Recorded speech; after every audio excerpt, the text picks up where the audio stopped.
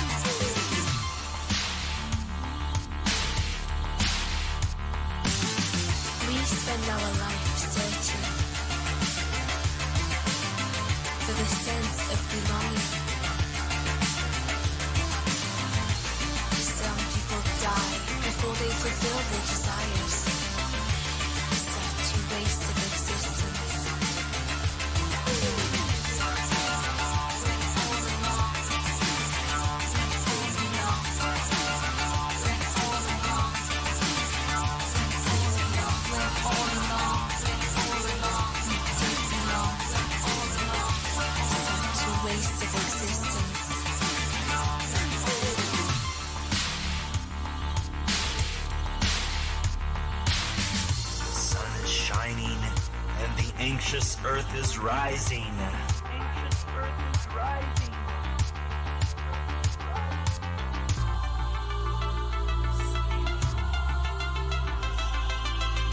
I'm so happy.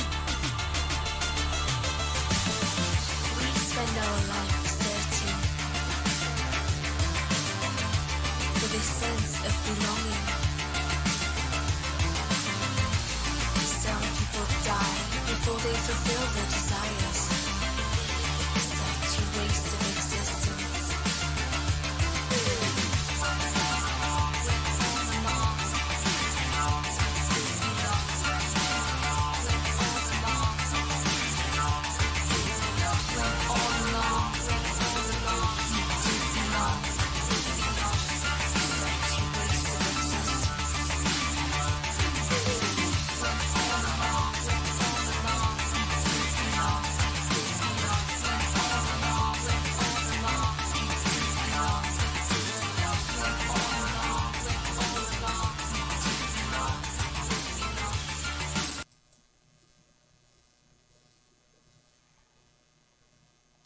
Oh, hey.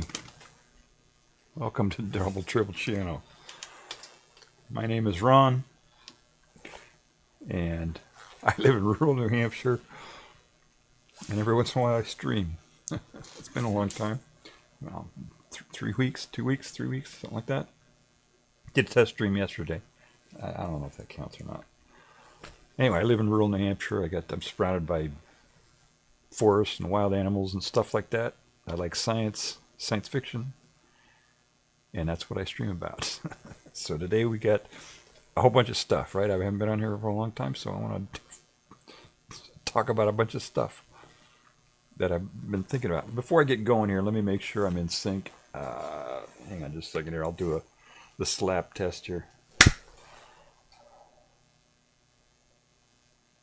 That's pretty close, wasn't it? As long as the words in my mouth they're going the same. I don't know. I think it's okay. So all right. So it's. I think we got audio. I think I got video. I think everything's working. Let me slide over a little bit because I'm kind of off center here in the image here. In my rocking chair. My rocking chair is off here. So today I had a whole bunch of stuff I want to talk about. We've been having weird weather here. It was really, really, really cold. I mean, like minus 24 or something like that. I think my last stream I did that trick where you take warm water and throw it up in the air, and it just evaporates before it even hits the ground because it was so cold. So I did that, and it has been pretty cold. But then last night, was it? Yeah, last night. Yeah, last night we had it warmed up.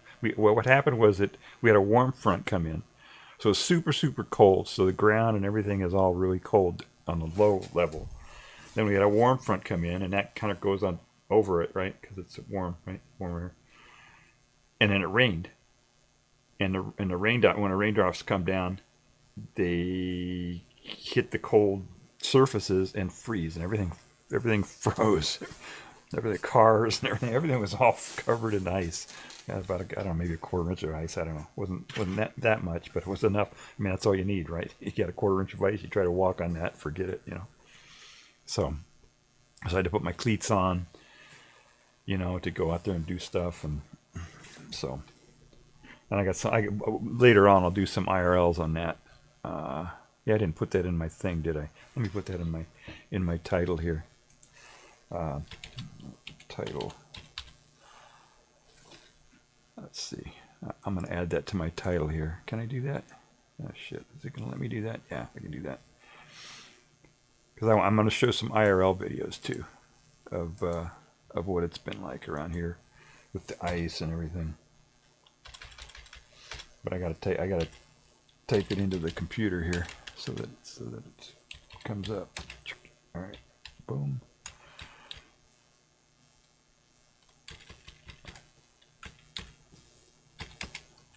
IRL. There we go. All right, let's see if that works. See if that changes my title.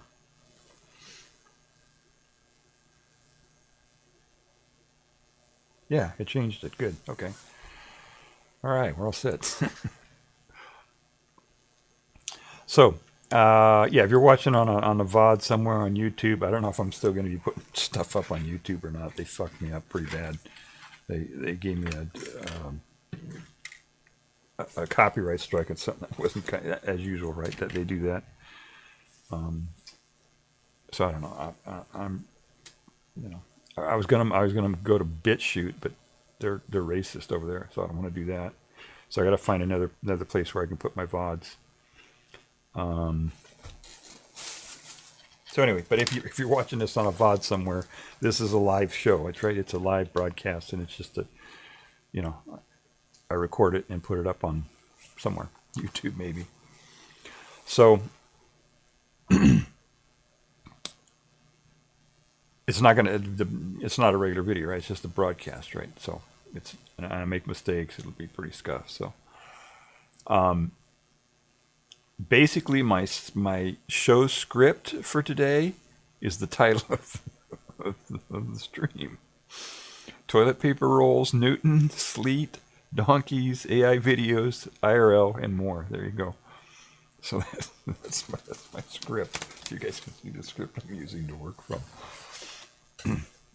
I guess I'll just take them in order. I don't know. I already talked about SLEET a little bit. SLEET is no, I'll talk about that later. SLEET is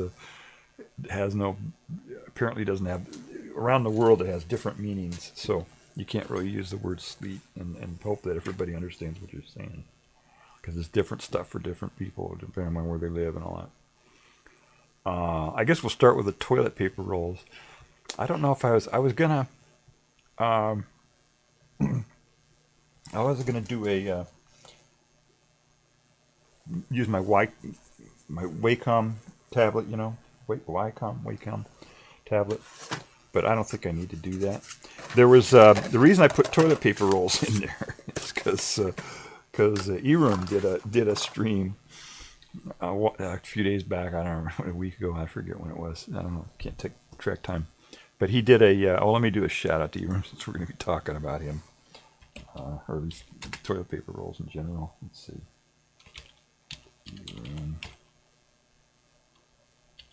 I think that'll work.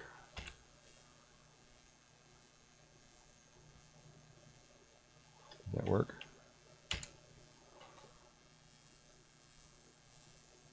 Yeah, there we go.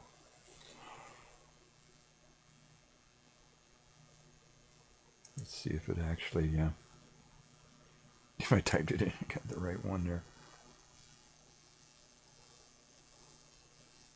There we go. All right. So he did a stream where he talked about toilet paper rolls. He called it a science stream too, which I thought was pretty cool. So he did a thing where he took toilet paper rolls, and apparently this is a thing, a meme, whatever, stuff happens on the internet. And so that's a thing, right? People, what they do is they take toilet paper rolls like this, And what he did is, Iram on his stream took the toilet paper roll. He says, okay, how many toilet paper rolls can you stuff into a toilet paper roll? And you're supposed to squish them down and, keep doing this, right? And you keep doing that, and you keep shoving them in there and see how many you can shove in there. And I think he did 18, if I remember correctly, on his stream. And there's some that say they can do 25. And so I thought it would be a good science puzzle or science problem or whatever to actually calculate what the maximum number that you actually could do, right, with the thing. So I wanted to do that to see to see what is the theoretical maximum that you could do with it. And of course there are no rules, right? So you can everybody sets their own rules, right? You can maybe some people crush it down, or I thought maybe one thing you could do was to take and unpeel. It's got these the way these things are made. They're kind of wound diagonally like this. You can see that. See that pretty good there? I don't know. It's kind of diagonal. God, my own stream here is really lagged here for some reason.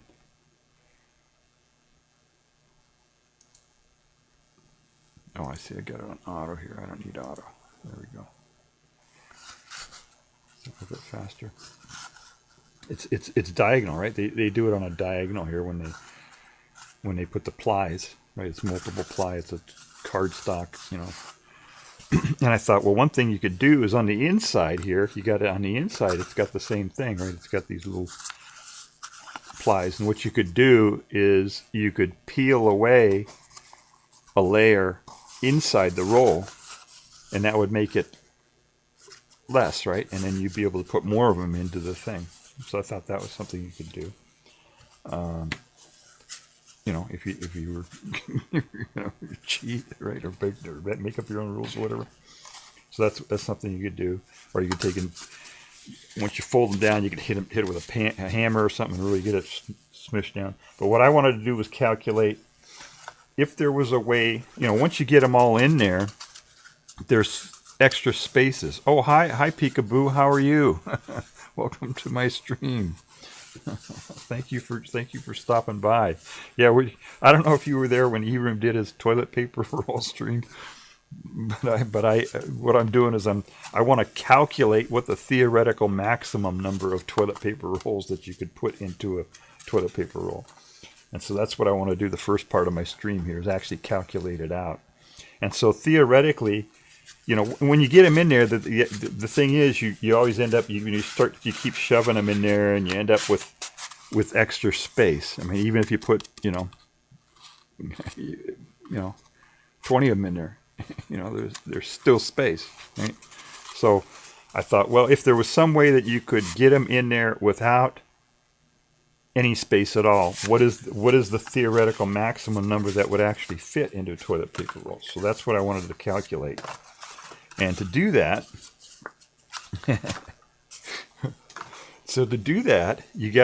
I gotta take some measurements, right? So I got one of these things that measure stuff, right? It's a micrometer. It's a digital. Unfortunately, it's imperial. It's inches. But so I take some measurements here. So this is I don't know if you can see that. Let's see here.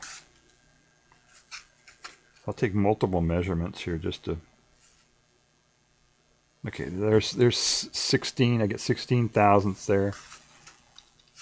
And what's that one? That's 16.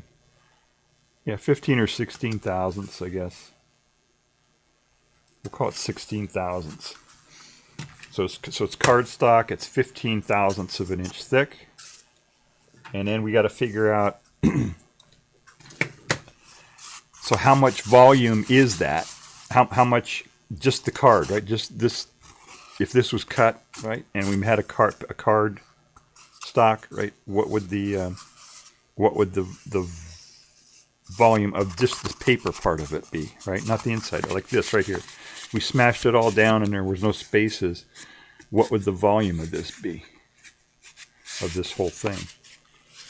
And then we have to calculate the actual volume of the space inside the roll, right? So we got to measure how tall it is and the diameter and all that, and figure out the actual space inside of it. So that's the idea. That's what I wanted to do. And then afterwards we can think how much we could cheat to get, and see how much more we could get in there if we cheated and did some other stuff. All right, so we got 16 thousandths of an inch, and then maybe I should convert this to metric. I don't know. The length of the thing is let's see here. So I got 4 inches. Is that right? Can you read that? So it's 4, and it's pretty much just about exactly 4 inches, right? We don't have to be that accurate, but that's 4 inches. So it's about 4 inches, right? That must be some sort of standard, right? I would imagine. This one looks like a little bit longer. I don't know. So we'll call it 4 inches. And then we got to measure the diameter, right? Or actually the circumference. So let me do that. Oh, I didn't bring a... let's see if I have something here that I can do that with. Now, see, you can't... It's hard to measure the diameter of the thing because it's got... Right, your okay, so here, I'll show you, right? We'll measure the diameter. Right, here we go. There we go. All right, that's the diameter, right? You see, you get it, you get the problem, right? You can't, it's gonna squish, right? You can't, it's gonna change depending on how much it squishes. So it's hard to measure the diameter of the thing. So the way you got to do that is to measure the circumference and then figure out the diameter with pi. Divide by pi.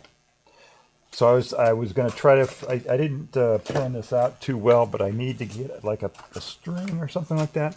Let me see, I don't have one here that I can measure that with. Oh, I know what I can use. Hang on just a second. I got a tape measure back here.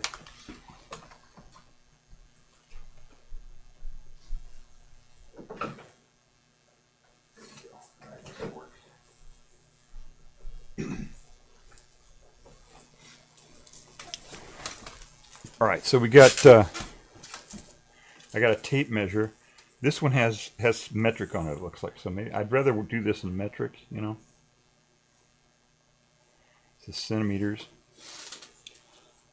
So let me do this in metric.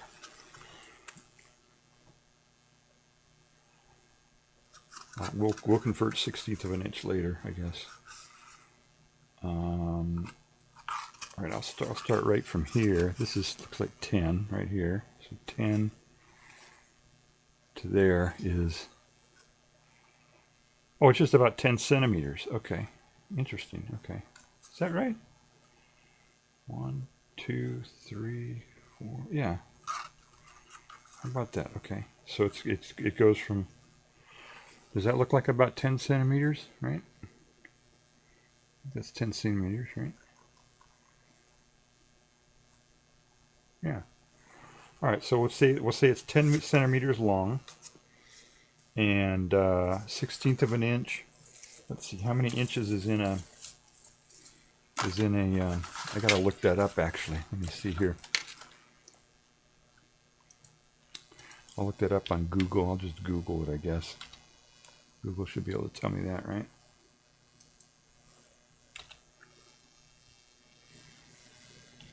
.016.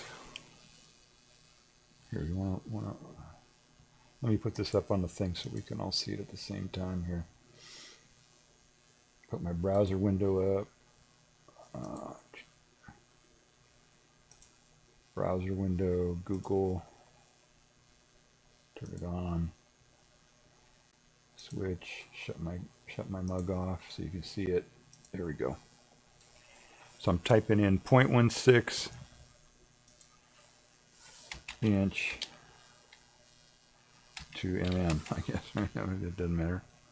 We'll do it all in centimeters, right? We'll do it all in centimeters and do it that way. So there it tells me right there what it is. 0.040, I better write that down because I'll forget that. 0.04064, right? 0.04064. All right, so that's how many, that's the width of the thing. And then the length is 10 centimeters long. And then we got to measure the circumference, right? So that, I'll do that in centimeters too. So now you notice when I do the circumference, it doesn't matter if I smush it or whatever. See, it's gonna be the same no matter what I do here, right? Oh shit, I got the wrong window up here. There we go. Sorry. So you see, it's got. However, if you do it this way, then you don't have to worry about it being squished because it will always come up with the same number, even no matter how if you squish it or anything. So that's why we're doing the circumference instead of trying to fiddle with the diameter. And it looks like 14. I guess. Does that look like 14 to you? All right, let's call it 14. So 14 centimeters in diameter. Are in circumference. So if we want to figure out what the diameter is, squish. Yeah. So we want to figure out what the diameter is, then we just divide by pi. So I type in the 14 centimeters. See, 14 centimeters, and I divide by pi. This one has a pi doohickey on it. Can you see that? And hit it, and that's the number I get. So I get 4. So diameter is equal to 4.4563. I guess we get too many more precision than we need. But okay, so now we got to figure out the volume, right? No, we want to figure out how much volume of the actual paper it is, right? So that's going to be we have the diameter, we have the circumference, which is 14 centimeters. We're doing it all in centimeters, right? I should have put my Wacom up here and then I could write on it. But I'm worried about if I get that going, then my audio is going to get out of sync. Yeah, maybe I should do that because it's harder for people to do it in their head, I think. I mean, I can do it and write some things down, but if I don't write it down where you can see it. So let me plug my Wacom in. I don't know if I can do this while it's going or not.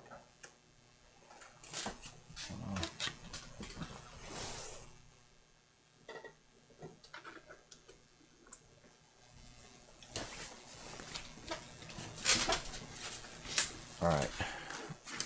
Hang on just a second. I should have done this before the stream. That's okay. We'll figure it out. All right, let me put that away. Oh, it's over here. Sorry. All right, this will take a second here. I'm just going to try to get my get this Wacom up and working here, and it's not entirely.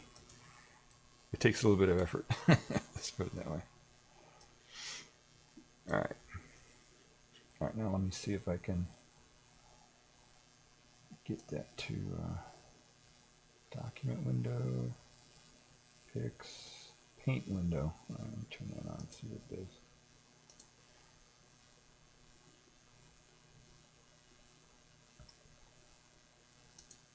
Oh, look at that.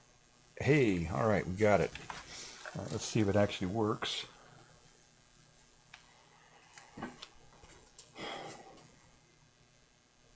Okay, yeah, it seems like it's working. Okay. Now is that that's showing up as white on there? Interesting. Okay. All right. So let me see if it.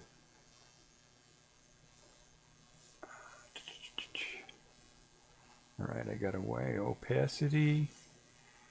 Come up here and I put that.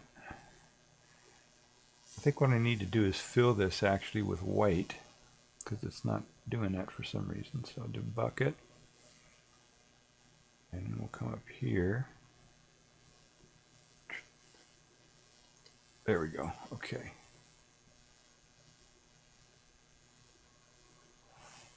And I'll come over here. Okay, so we got toilet paper roll, right? Looks like this.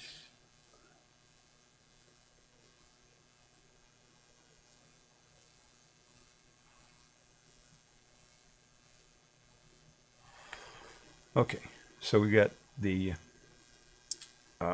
circumference. Whoops. The circumference was 14 centimeters. The width of the thing, what do I call that, W maybe?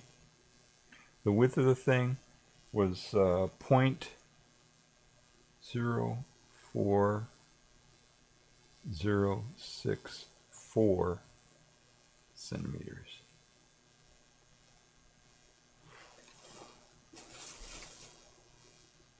Yeah, that's right. And in the length of the thing, length of it was how much was that? I forgot what that was already. 10. That's right, 10. 10 centimeters. And in a diameter we can figure out from the circumference, and that's going to be 4.4563.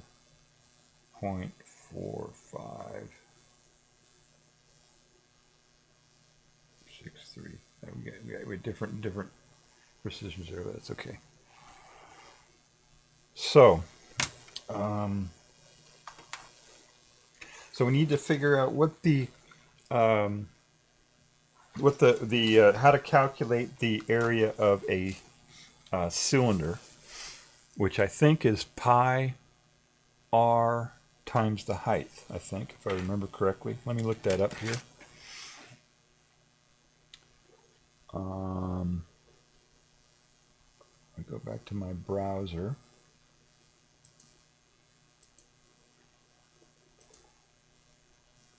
All right. And I'll just type it in here, right?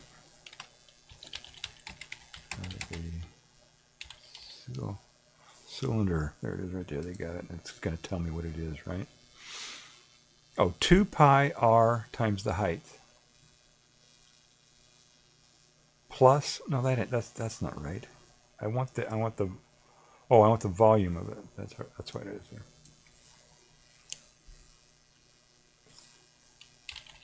Volume of a cylinder. There we go. Okay, so it's r squared pi times the height. Okay, so that we can figure out pretty easy, right? Pi r squared times the height. All right, we can do that pretty easy.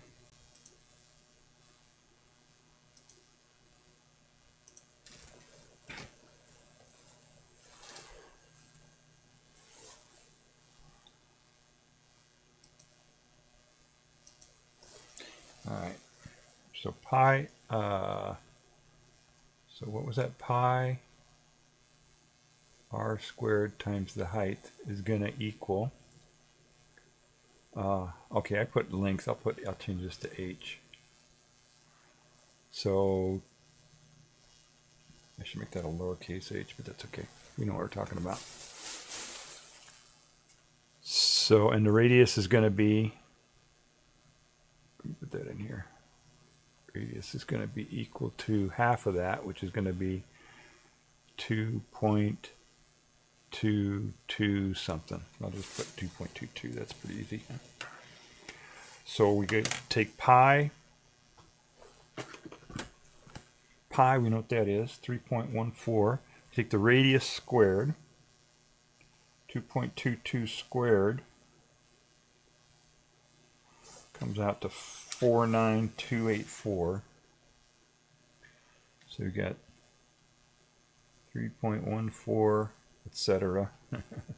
times 4.9284 times the height, which is 10.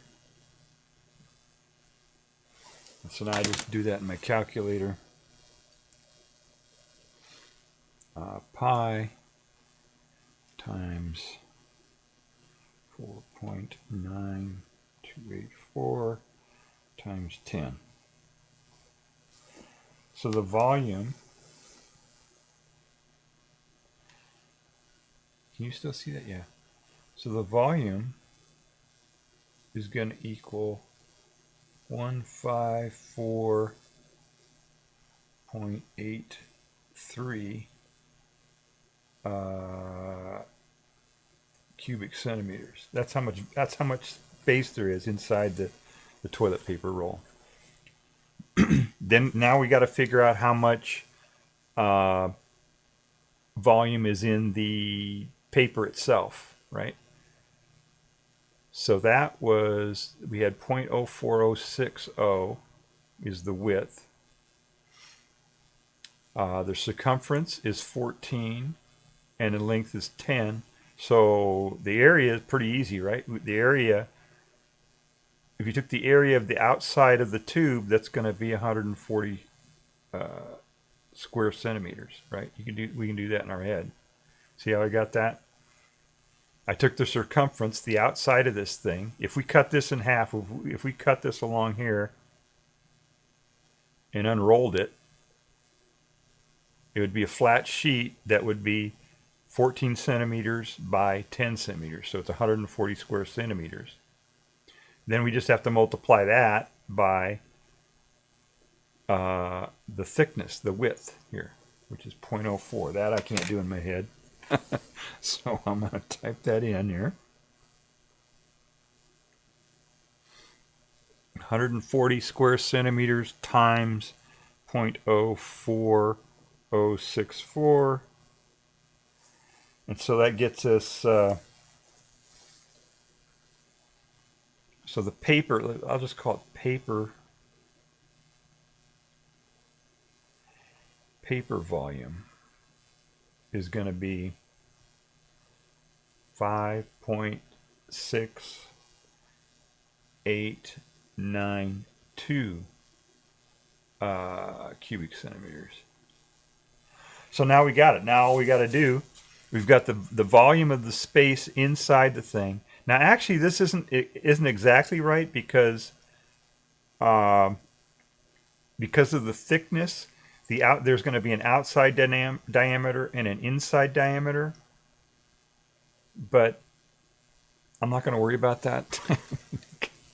You know, we could figure out what the inside diameter would be by taking this diameter here, which was the outside diameter, and subtracting 2 times this width here, and get a little bit smaller diameter here. But I'm not going to worry about that. This is just for fun. I mean, it's already getting too icky here.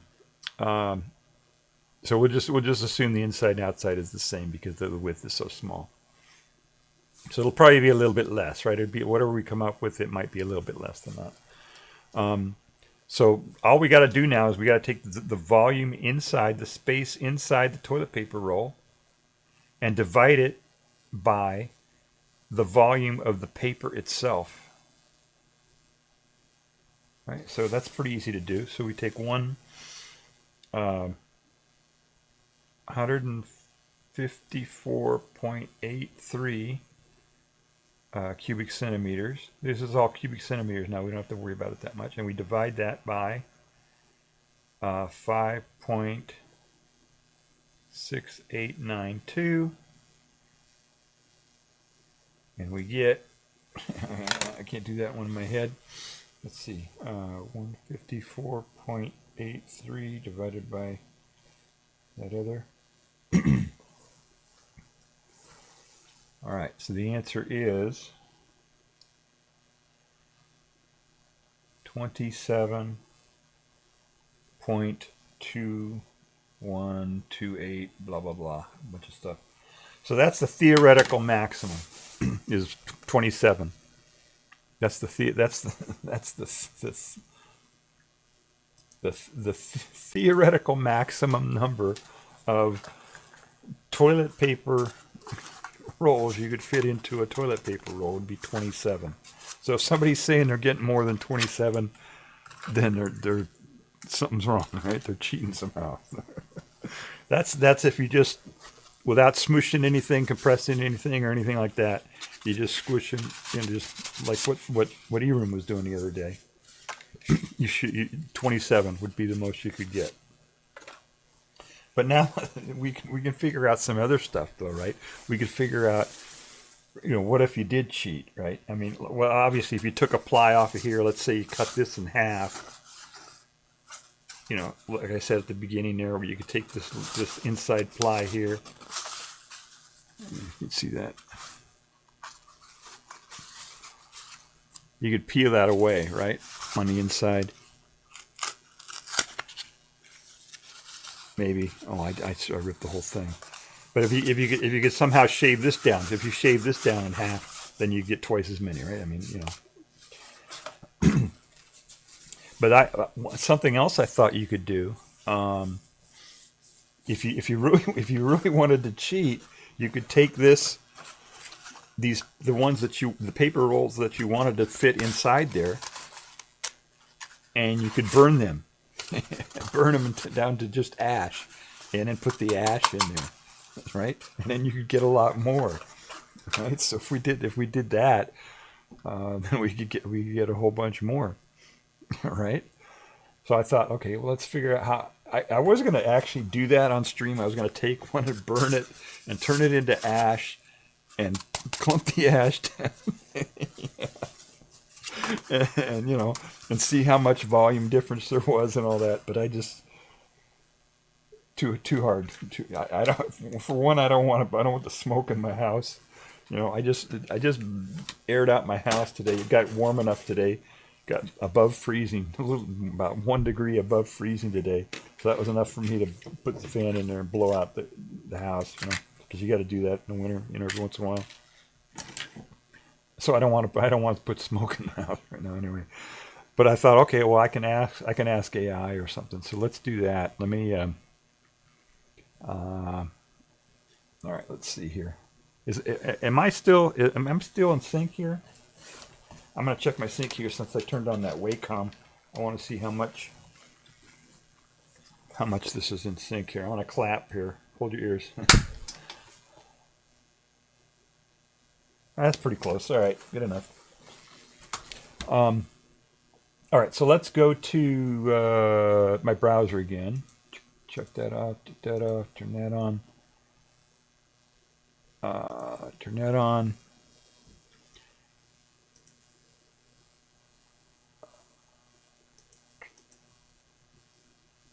There we go. Okay, I have my chat GTP already up here, so let me do a new chat here. So what I want to do is I want to ask Chat GPT if I take cardstock, paper cardstock that has a certain volume, and I burn it, how much less is the volume, right? So I'm not sure how I can ask that. So let's see. I have. Let's see. Unbleached.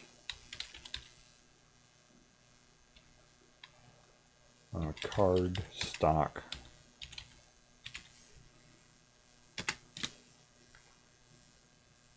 Let's see. I have unbleached card stock.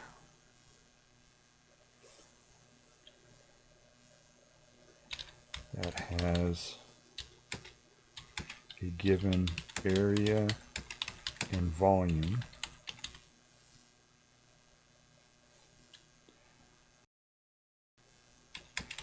and I burn it.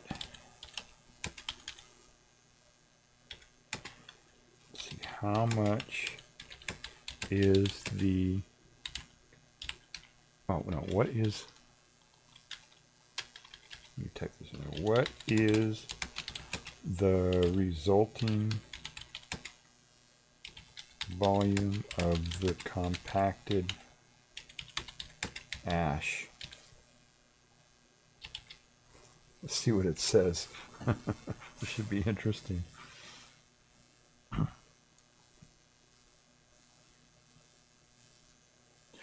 Okay, short answer. The compacted ash volume is typically about 1 to 3% of the original cardstock volume, assuming complete combustion and firm compaction. Okay, here's how that estimate comes together. Oh, this is interesting. Okay.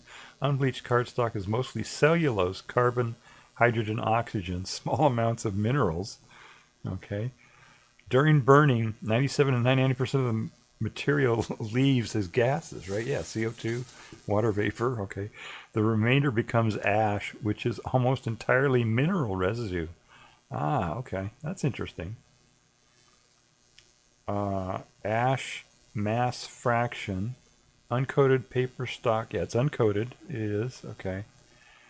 Leach stock is usually near the higher end. All right, so it's going to be on the lower end, right? Density comparison, cardstock bulk density. Oh, it even knows what the density of the cardstock is. Huh, okay.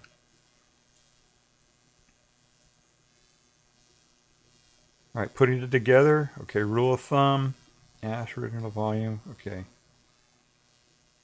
What can sift the result? Filters, sift. What do I? Okay. Oh, loose fluffy ash can be several times larger than this, but once pressed and tamped down, it settles to that range. Okay, so 1 to 3. I guess we'll just call it 2% then, right? That's cool. I had the answer. ChatGPT is so smart, huh? Oh, it says an ad starting soon. Okay, I gotta wait on that.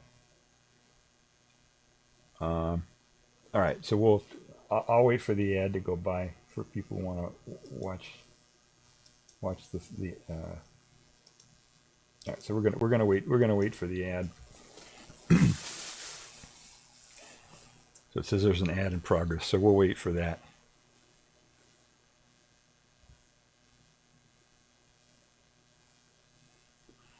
So what we're doing, if you're just joining us, we're trying to figure out how many the theoretical number of toilet paper rolls that can fit into a thing. E-Room did this the other day, and he got up to 18. We just figured out theoretically the theoretical maximum is 27. If I did the math right. But now we're trying to figure out what the theoretical maximum would be if you cheated. If you we do by burning the toilet paper rolls before you put them in there, you can compact it down. So if it was 2%, I mean, we could just do that in our head, right? It would be 27 times 2. I'll wait for the ad to finish, and then we'll figure that out. Or 27 times 50, rather, if it was 2%. ChatGPT said when you burn the cardstock like that, it gets down to about 1 to 3%, and so we're saying I'm gonna assume 2. You know.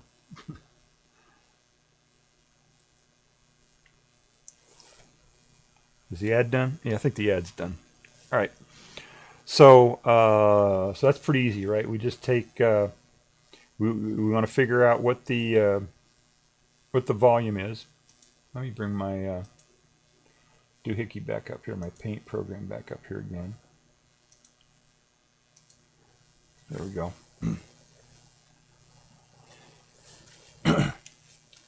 So we figured out the maximum would be here 27. And we figure, okay, but if we burn them, then it reduces the volume of the cardstock, which we figured out up here, to just 2%. Now we could, right? We could say, or we could multiply this. I mean, if we were doing this the long way without taking any shortcuts, we'd take this number here, the volume of the paper stock, multiply that by 0.02, and then divide again, right? Divide this number by that whatever the result is. But we don't need to do all that. We know that 0.02, you know, is 50, right? Is 1/50th. We know that, right? We learned that in kindergarten, right? 2.02 is 1/50th. So all we got to do is multiply this number, this 27 number, times 50, and we'll get our answer. Right? So I'll do that. 27. I'll do the long ways here. 228 times 50. So that's 1,000. So the answer is, if we burned it, if we did it with ash, if we burned the paper rolls, we'd get 1,360 rolls that could fit into the toilet paper roll. So that's if we burned them and stuck them in there. So that's even more. So that's one.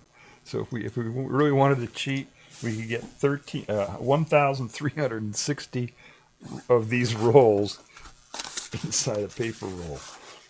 Okay, but we could go even more than that. I was thinking about this, and I thought, well, we could make it even more dense. I mean, how can you make it more dense than the ash, right?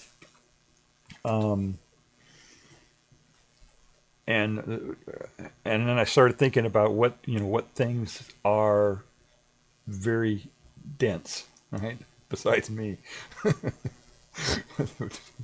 So then there are things that are dense, and the highest density thing I could think of would be a black hole, but we're not even sure about that because it's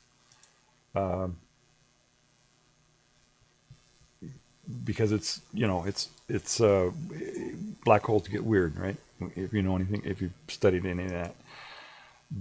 But the next best thing would be a neutron star, which they do understand, because it doesn't break the physics. They think they understand the physics of a neutron star. So I thought, okay, what's the density of a neutron star?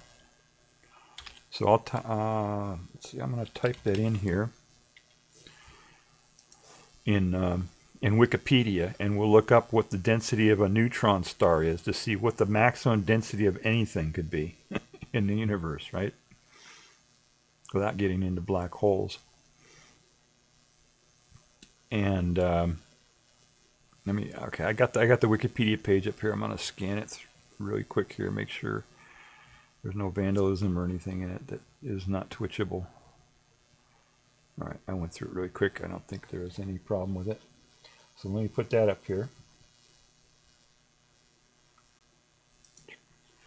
Okay, so this is neutron stars.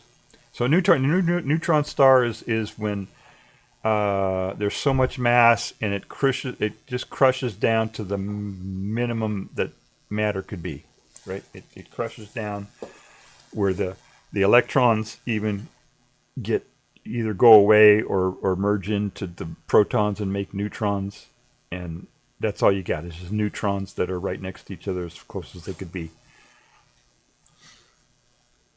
And so what I want to figure out here is what the density is. Properties, let's see. Density and pressure. Okay. Neutron stars have overall density of 3.7 times 10 to the 17th to 5.9 times 10 to the 17th kilograms per cubic meter. All right, so we were doing it in centimeters. So, and also it's so we do have to we have to figure out what the weight of one of these paper rolls are, don't we? Because this density is going to be in kilograms. So, all right. So, all right. I got to back up here a little bit. But we did get a number here, right? We got this density range here, which is compared to the approximate density of an atomic nucleus. Okay. All right. The density increases with depth varying. Okay. Well, we'll just take the maximum, right? The crust to an estimated at the deeper inside. All right, the biggest number we have here is 8 times 10 to the 17th, right? Is that what we got here? So that's the densest that anything could be.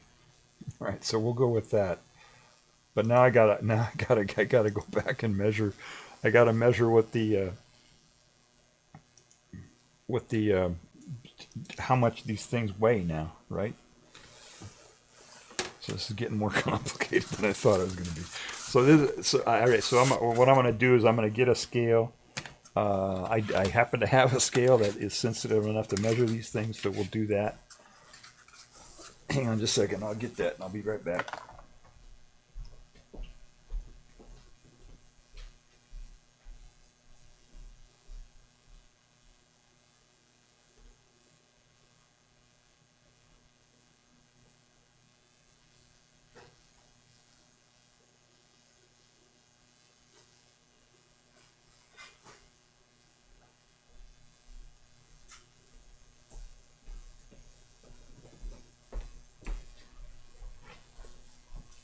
All right, so I found a scale.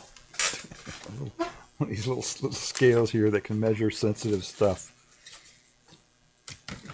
So what I'll do is I'll put the thing on the scale. My desk is kind of messy here, but that's okay. All right, can you see this? Here, I'll just put this down here. There we go. Turn it this way. Turn it on. What do we get? 0. Okay, good. That's what we're looking for. So I'll stick one on here and we'll measure it and see how many grams it is. 3.94. 3.94 grams.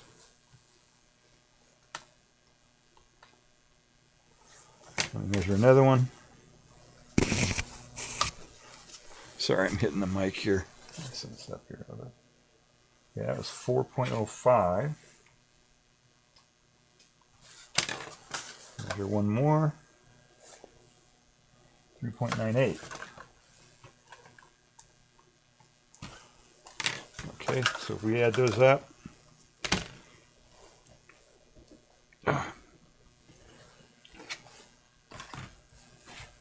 right, shut my scale off so the battery doesn't go dead.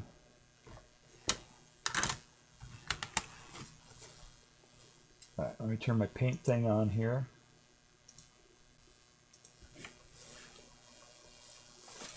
So we got 3 different numbers in here.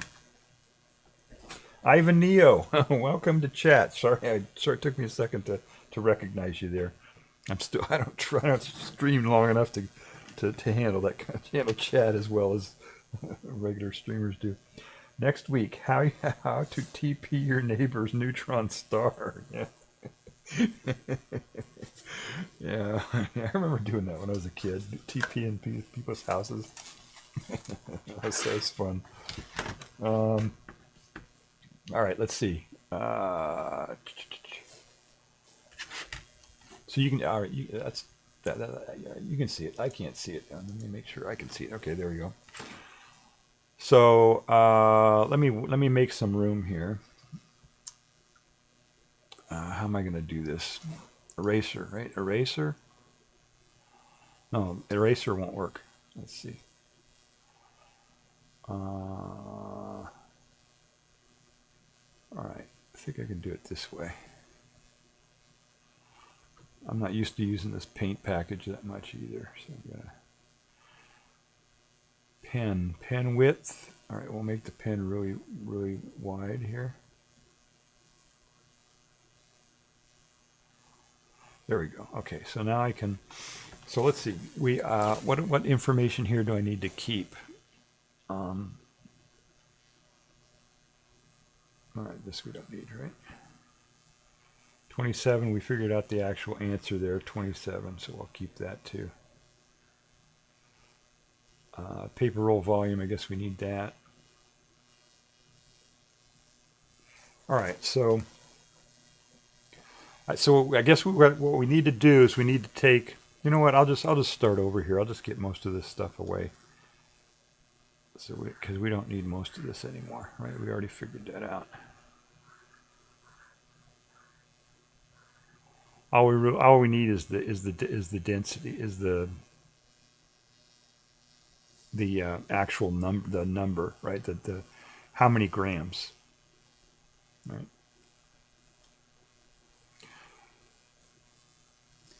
All right, so we ended up with I measured it 3 times. I got 3 point. Oh shit.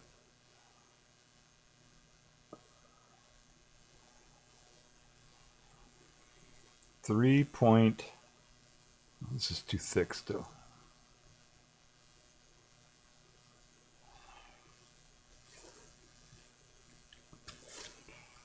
There we go. 3.94 and 4.05 and 3.98. So you add those up. You get 7, carry the 1, 9, carry the 1, 11.97 divided by 3. I don't want to do that in my head. I'll do that in a calculator. 3.97 divided by 3. 3.99. All right, so we got 3.99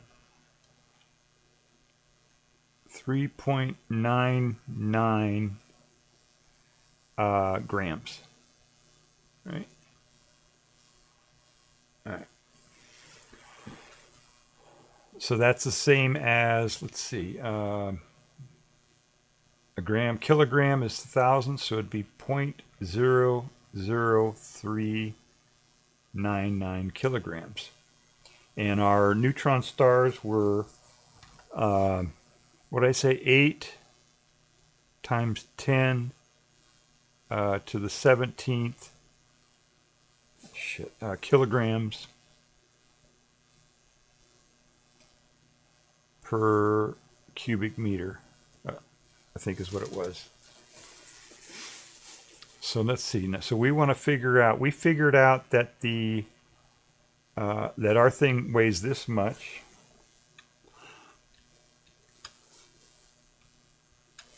Oh, and we figured out the volume of it, right? Oh shit, I just erased that. What was the, oh shit, now I forgot what it was. Let's see, the volume of the thing was 140,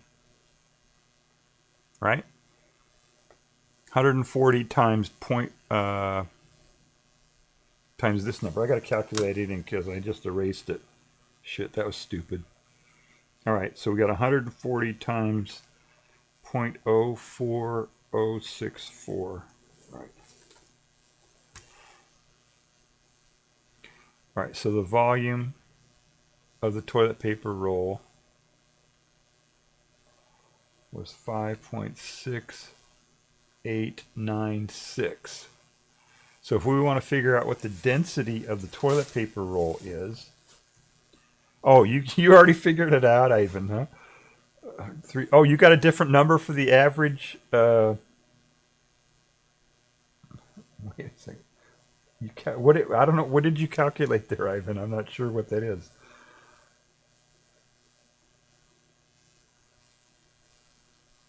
The 3.94. These were all grams. That's what this was. I was just trying to figure out how much the thing weighed, and then I'd figure out what the volume is. Oh, or you already figured out what the volume is? No, you got square centimeters. Oh, instead of this.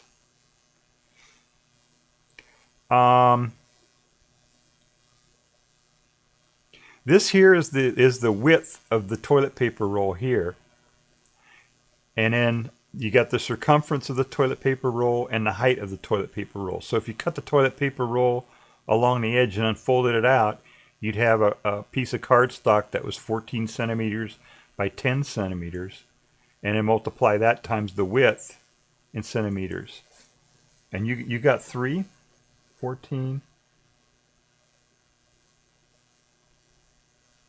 Ah, okay, yeah. yeah, you missed the first part of the stream where we figured that out. So the volume of the thing is 5 point this many centimeters cubed. It's cubic centimeters. So we want to figure out how many now. All right. We wanted to figure out what the density of our cardstock was. So we measured it at this much kilograms. And what we want to get to is cubic meters. So cubic centimeters, let's see, there are 100 centimeters in a meter. So if we do 100 times 100 and then 100, that would be cubic, right? So it's 1,000,000. So I'm thinking there's 1,000,000 cubic centimeters in a cubic meter. If I figured that out right. I thought 14 centimeters was the length. Yeah, 14 was the circumference. Yeah. The length is 10. Which is kind of weird. It doesn't look like when you look at a toilet paper roll, it doesn't look like it would be that the circumference would be longer than the length, but it is.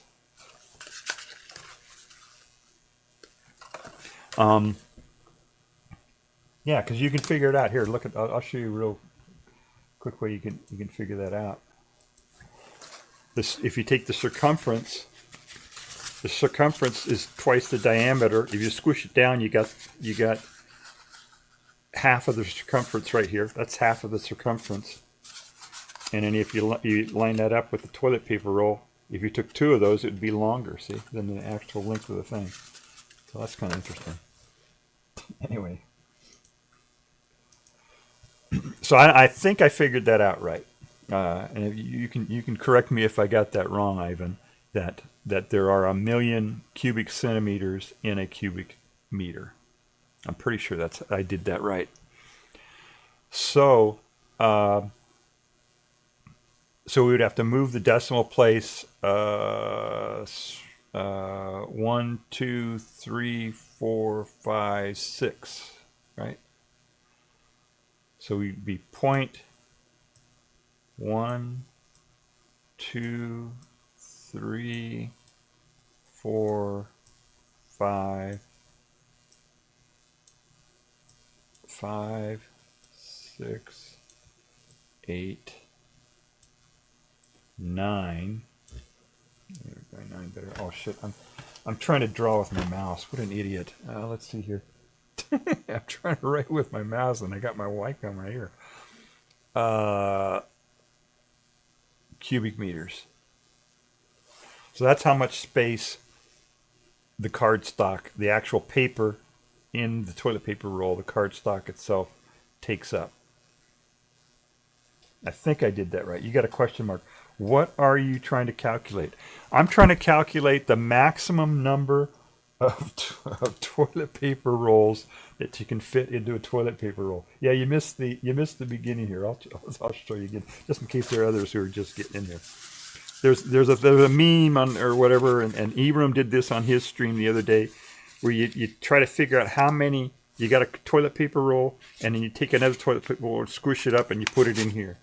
And then you grab another toilet paper roll, and you try to squish it in there, right? And you get a whole bunch of them in there. And, you can only get, 20 or something in there because there's a little bit of space. And at the beginning of the stream here, I figured out what the theoretical maximum number of rolls would be that you could put in here if you had no space at all. And it turns out to be 27. Then we figured out, well, what if you cheated? What if you burned the paper toilet paper roll and stuffed the ashes in there? How many you can get in there? And we got 1,360. So now we're figuring out, okay, what if you could compress this down, the atoms in the toilet paper roll with the pressure that's inside of a neutron star, so that all the electrons push into the protons, and then you got nothing but neutrons that are smushed next to each other. How many of those you could stick in there? So we're trying to figure out what the theoretical maximum is. So, all right. So we got. All right. I think I hope I haven't gone astray here on my calculation here, but I'm thinking this is the volume of the thing, right? Cubic meters. So now we want to figure out how many kilograms. We got that up here.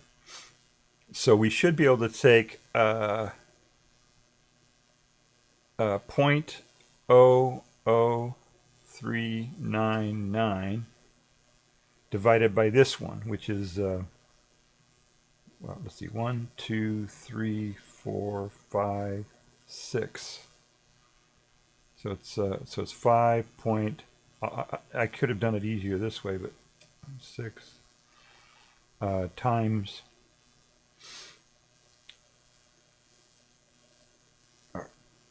times 10 to the times 10 to the minus 6. I think that's how it is. So we can divide that up, and then we'll see, and that should tell us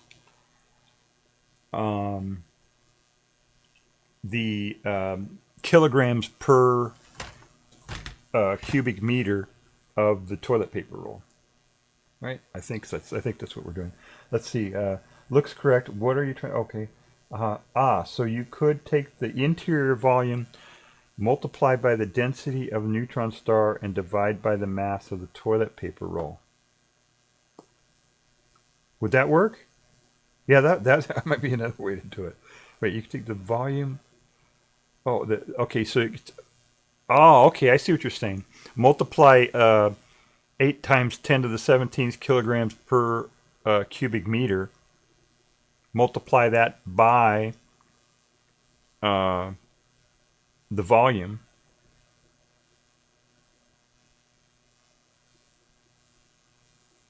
Right? No, divide by. I think that's what I'm trying to do here. See, I'm trying to figure out what the density of the. Oh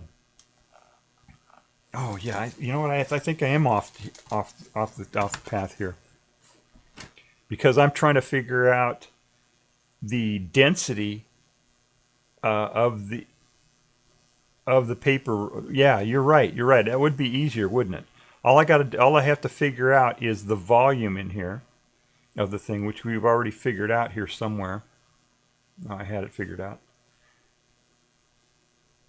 Now this is the volume of the paper, right? You got to figure out the volume of the. Yeah, but what we want to figure out is the number of toilet paper rolls that can fit into another toilet paper roll. So we have to figure out what the the volume of the paper itself, and then multiply that by this density here. Does that make sense? And then see how much of that fits in there. I think that's right. Oh man, now I'm totally lost here. I thought I had it figured out here. You're going to take the volume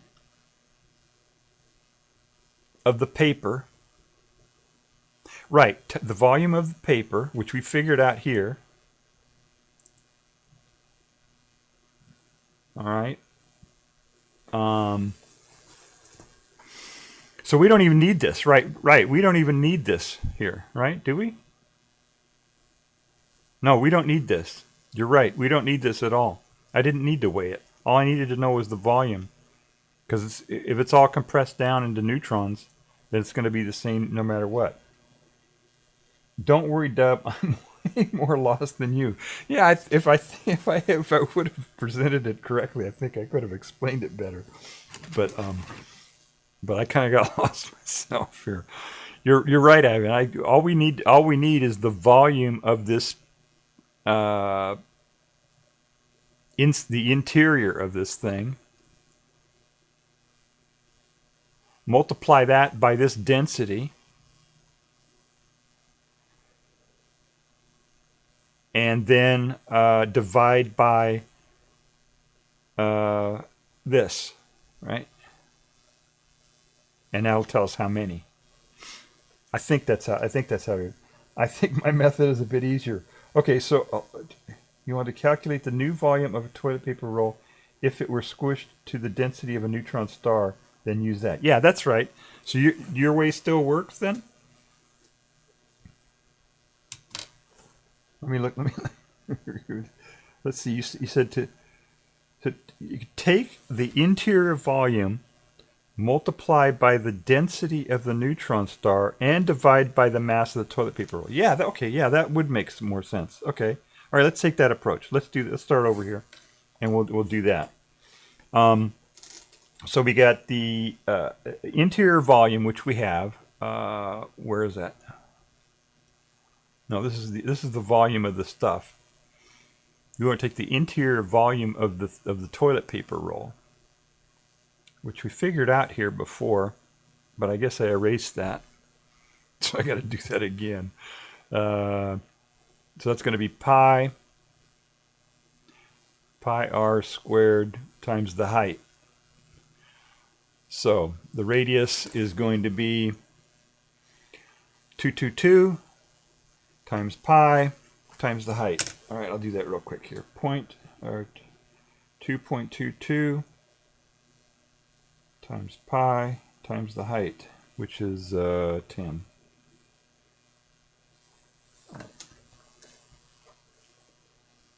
So I get 69. 0.743 forever. Okay. I think I did that right. That looks like a new number though.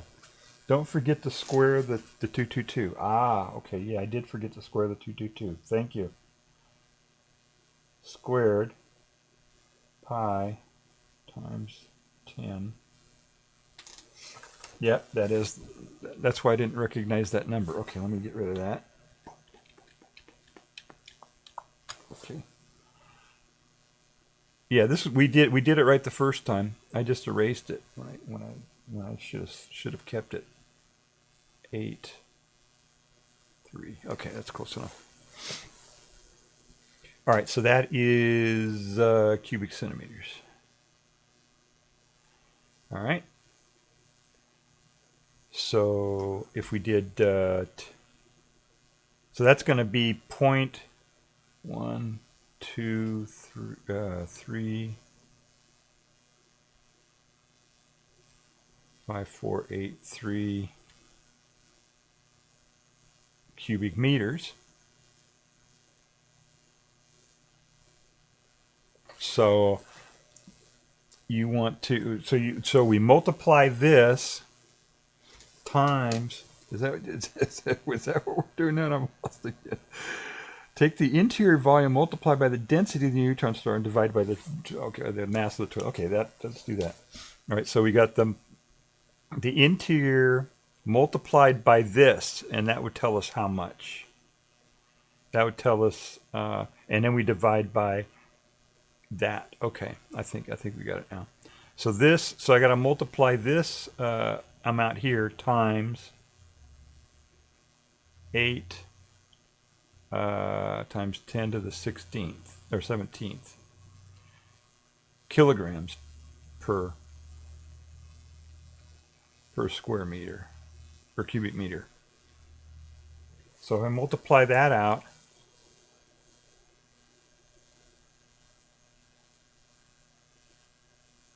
I'll get kilograms, right? Yeah. That's right, because the meters cubed will cancel each other out, so we'll end up with kilograms. So let me multiply that out. I'll do that on my calculator here, and hopefully I don't mess it up. 483 times 8 to the 17th. Okay, so I got, the answer I got was 1.2386. Oh shit. 1.23864 times 10 to the 15th kilograms. Okay, so now we just have to divide that by, divide this number by this number, and that'll tell us how many toilet paper rolls will fit in there. I think that sounds right, right? We do. Don't forget. Okay. Yep. Okay. I think we're on track here. All right. So let me do that. So let me take. I need more room here. I'll do it up here. Here, I know what we can do. We can erase the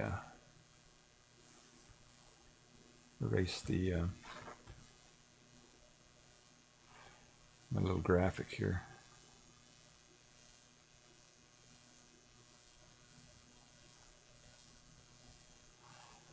All right. We don't need that anymore, I don't think.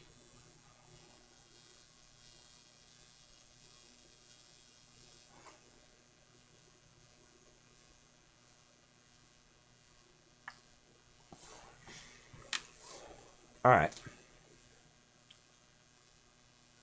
So we just divide 1.23864 times 10 to the 15th kilograms divided by 0.00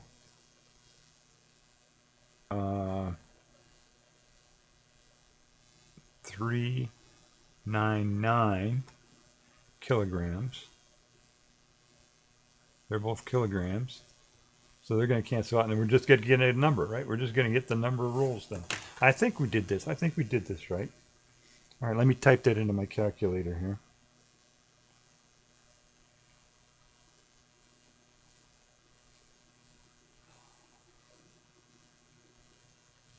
Divided by 0.00399.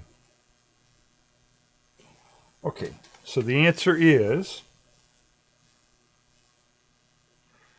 3.104360902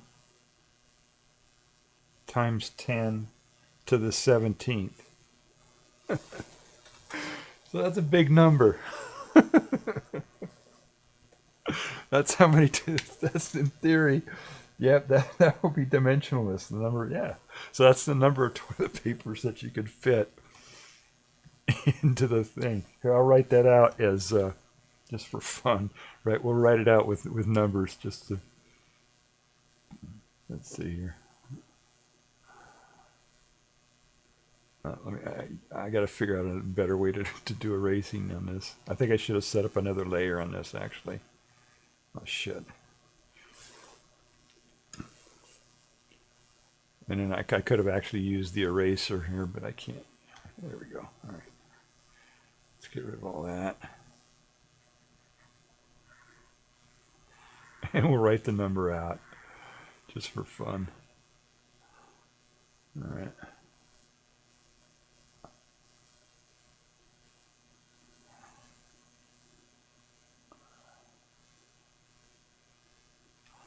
Okay, so it's going to be 3.1043609. 2, oops, no, 9, O. That's an O there. 2. Let's see. 1, 2, 3, 4, 5, 6, 7, 8, 9, 10, 11, 12, 13, 14, 15, 16, 17. There we go.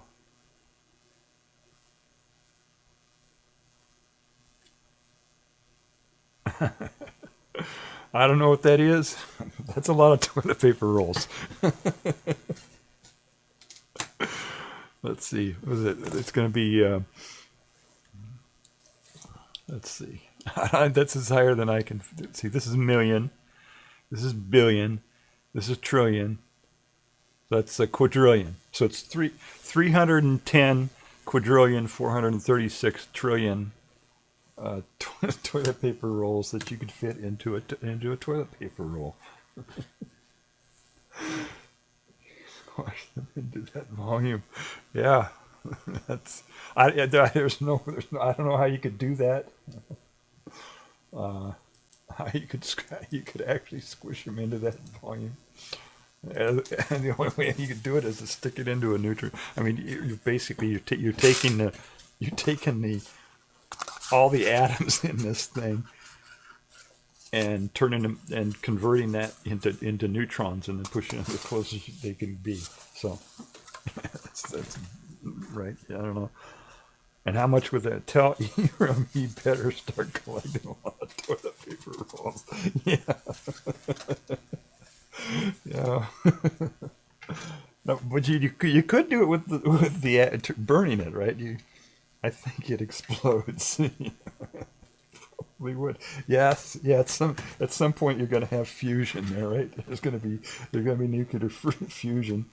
So yeah, it's good. But you could burn it, right? You could do that. That's something you could do.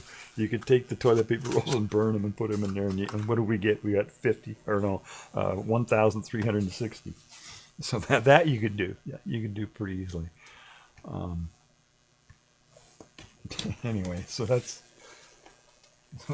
how that's. So we figured out if you didn't cheat at all, if you just figured out a way to get rid of all of the space, you could get 27. If you burned them and turned them into ash, you get 1,360 rolls.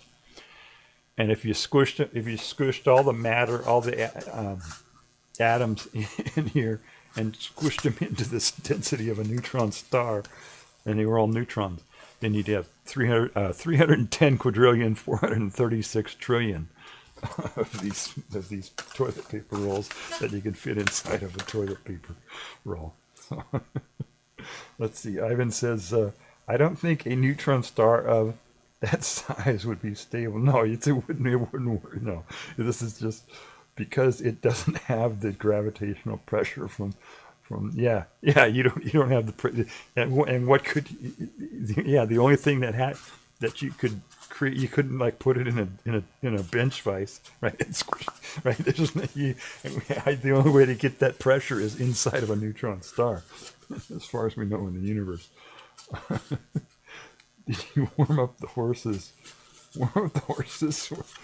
Oh, we haven't got to the horses yet. The donkeys? Is that what you mean? Or welcome to our stream, Orange Hue. Yeah, we're still at toilet paper rolls. I'm like an hour into this thing. How far am I into this stream here? We're still on trying to figure out toilet paper rolls. So it's yeah. Does it say how long I've been streaming? That's interesting that Stream Manager doesn't tell you how long you've been streaming. So I don't know. Yeah, we didn't get to the horses yet. We will get there in a little bit though. We're just about. I think we beat to death the toilet paper roll problem. So we got that figured out. But it was fun. It was fun figuring that out, and I got lost as I usually do because I thought I could. If I was smart, I would work this out ahead of time before the stream, and then I would be able to do it real easy. But it's more fun to figure out anyway on when it's live. Well, toilet paper roll math can be tricky. Yeah, it says an hour and 25 minutes. So I did an hour. Well, it took me 25 minutes just to get the stream going, right? But yeah, so we spent over an hour on toilet paper rolls. Orange Hue says, "Is that a tinfoil window?" I don't know what that means. Tinfoil window. I'm not sure what that means. So we figured that out, right? 310 and a half quadrillion toilet paper rolls. Yeah, I thought that was kind of a fun problem to work on, wasn't it? That's kind of fun to do that. So what's next on my thing? Oh, Newton. Oh, I'm glad you're here, Ivan, because I was going to get on you about your you had a stream title the other day that had Newton in it that I thought was kind of funny that you did that. You did Newton Newton Mass instead of Christmas Mass. Everybody, Ivan's an atheist, I think, or a humanist. I don't know. Is that you're an atheist, right? You call yourself an atheist, Ivan? It's my bedtime. Have a good night. Okay, Ivan. All right, take care. We're going to talk about Newton, the religiosity of Newton, because because you use Newton instead of Christmas. You put Newton Mass because you wanted to do it from the humanist perspective, and so I was going to say, hey, it's the same thing because Newton was religious too, right? And Christ was religious, so there's not much, you know what I'm saying? It's still a religious thing. Yeah, I'm an atheist. Yeah, okay, yeah, no, because you use Newton, but Newton was a religious guy, right? He had religious views, and he actually wrote about it, I think, and you know, he was kind of a religious guy, right? He had religious beliefs, and you know, he got into this whole thing about the Trinity and all kinds of different stuff, and what his beliefs were. So saying Newton Mass instead of Christ Mass, it's not much difference in terms of getting to your atheist perspective there. Oh, Newton was a heretic. Oh yeah, he didn't believe in the Trinity. Yeah. What a scandal. Yeah. But he was still religious. So you know, I don't want to get into religion. I don't have enough room on the schedule today. I just wanted to say that was kind of funny that Newton did that. Yeah, I was getting into a little bit looking at a broad scope of you know, science and stuff like that. I was thinking about Newton, and then somebody else saw another stream where they're talking about Copernicus and Kepler and you know, kind of got a bird's eye view of you know, science and how it was developed and stuff like that, and that was kind of interesting to see, you know, first going to a heliocentric perspective, and then saying, and then they actually, before, when they went to the heliocentric theory, it actually had, the predictions were less accurate than what they had before, because they had these epicycles and all this other stuff in it. And so if you calculated the orbits using the heliocentric model using circular orbits, then it wasn't as accurate as what they had before, even though it was more correct. But then Kepler came and said, "Oh, well, they're elliptical," and then it fit, right? And then, but they were still left with, well, why? You know, why are they elliptical? Why, you know? And then Newton came by and did all the math and figured it out. Let's see. Let me get on the chat here. The thing behind you. Tinfoil window. Oh yeah, that back there is to keep the heat in in the winter when it gets really cold.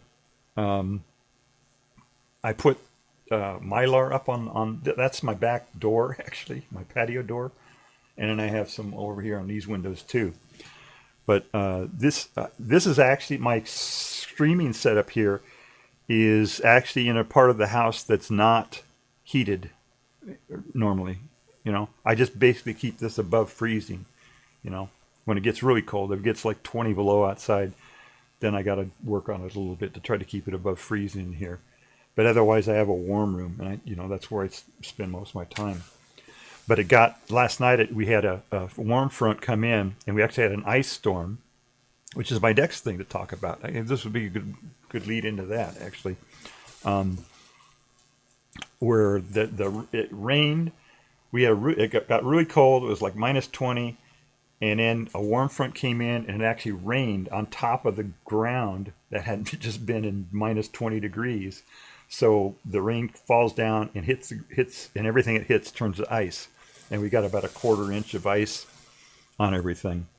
And I got pictures of that. Actually, I can show you pictures here of what that looks like. I took pictures of it.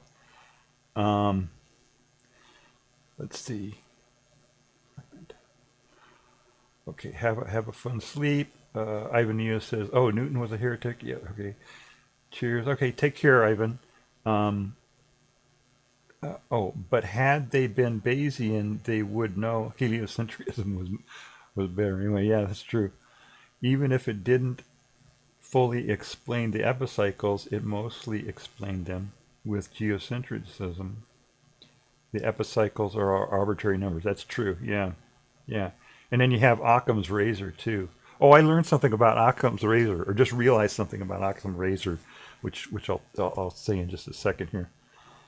Orange Hughes says, I thought elliptical orbits would have been the next obvious alternative, since a mass hanging on a string will form that path just like a circle. Oh, yeah. That's probably how they figured it out too, was using just pendulums and things like that. I don't know how he did it, but that's probably the kind of stuff that they did.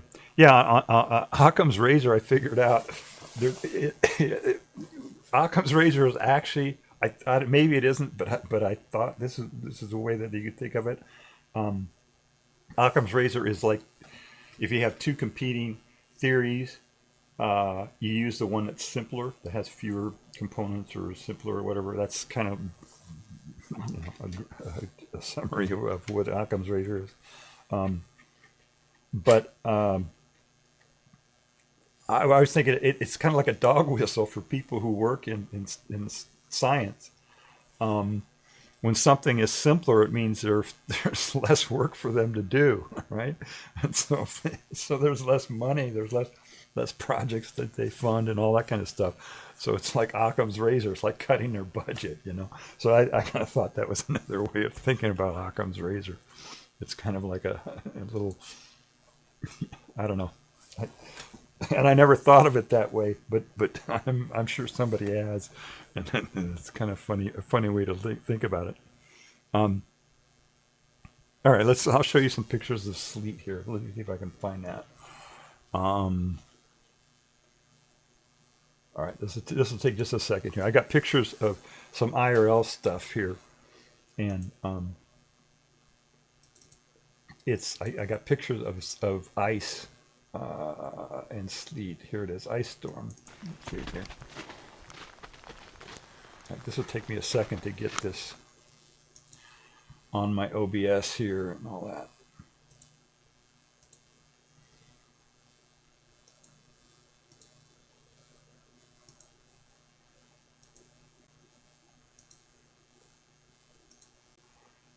There we go. Okay. So I told you about what was going on. We had an ice storm. So this is just plants in the front yard or whatever. And you can see they all got coated with ice, about a 1/4 inch of ice. Everything, the car, everything was all coated with ice. My front porch, when I walked out, I couldn't even step outside. I had to put cleats on to walk around in this ice.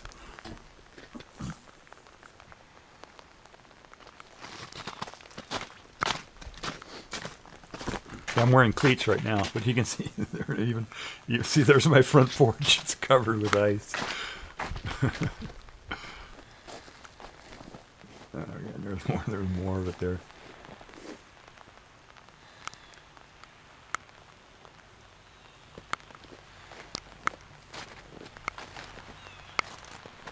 And this gets on the tree branches, and it causes the limbs to fall down, and it gets on the telephone wires and the power lines and everything, and then those fall down, or the limbs fall on top of the power lines or whatever. It's a big mess, you know. I didn't lose power. Whoops. Let me shut that off. Yeah, I didn't lose power here. It blinked off for a second, but fortunately I haven't lost power, so that's good. But I had to wear these cleats. I'll go get those and show them to you here. Just a second. I'll be back in 3 seconds here.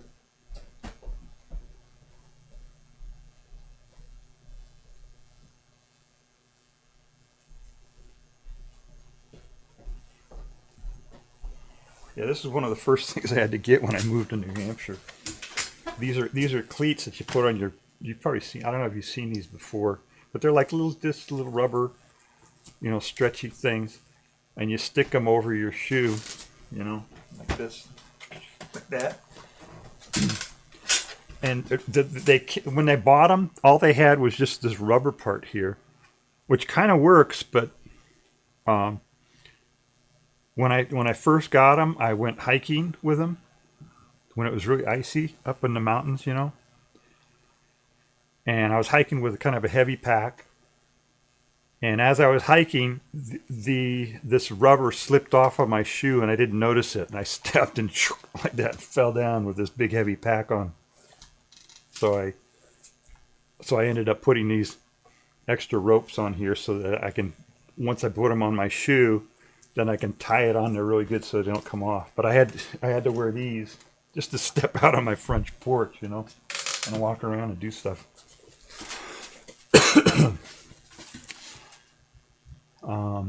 I had a couple more videos here. Let's see here.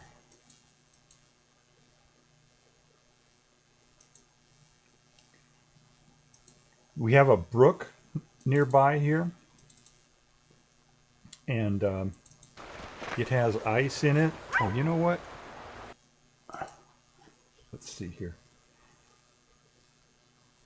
Yeah, let me just show you this. The ice is all broken up in this brook. It took me a second to get this get some OBS to show this again here.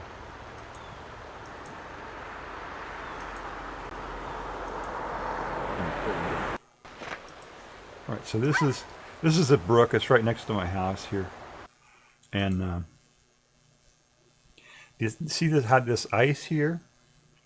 It was covered with ice, you know, frozen with this 40 or minus 20 or whatever, and it was really iced up. And then that warm front came in and it all melted. And sometimes when that happens, these little chunks of ice will form an ice dam and back this up, and it all gets flooded and everything.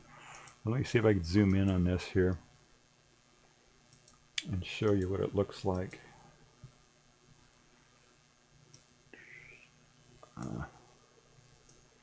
There we go. See those big chunks of ice there? See how thick that is? that was the ice in the brook here, and then it got really hot, warm, and it melted really fast, and this all broke up into these big chunks like that. I thought that was kind of interesting.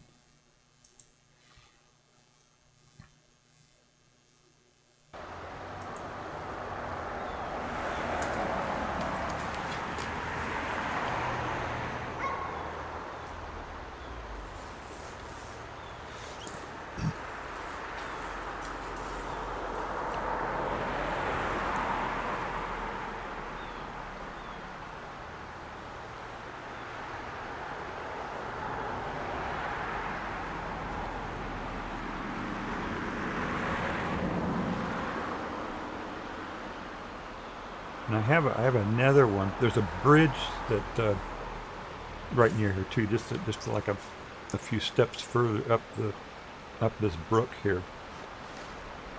So let me open that.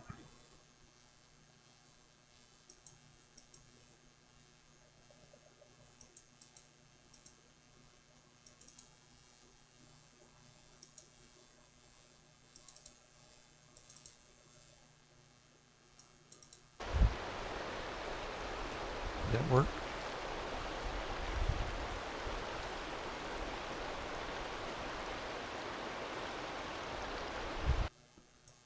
I'm sorry, it didn't switch over. Hang on just a second there.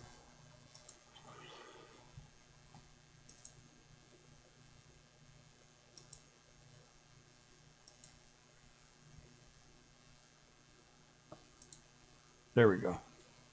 Can you see that? No, you can't see that still. Let me try harder.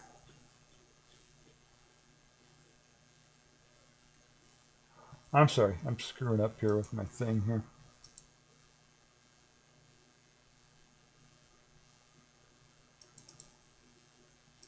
All right, sorry. Wait, we'll get it figured out. Hang on.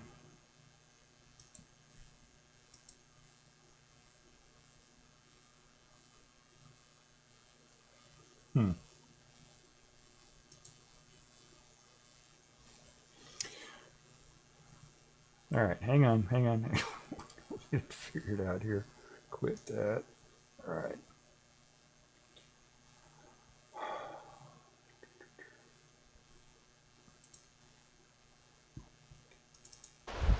All right, I think I got it.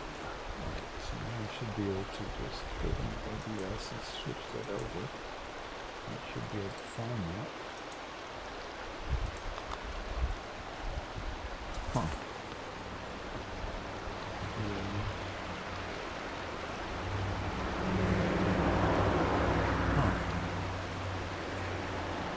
Yeah, I was just able to play a video, and for some reason I can't get this other video up now.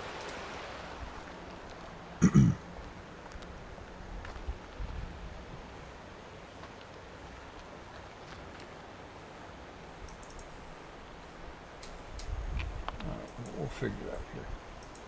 There's always a way to figure this out. There it is. Okay.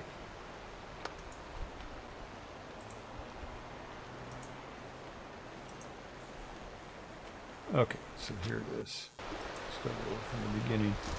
So this is the view from the bridge that goes over this brook near my house.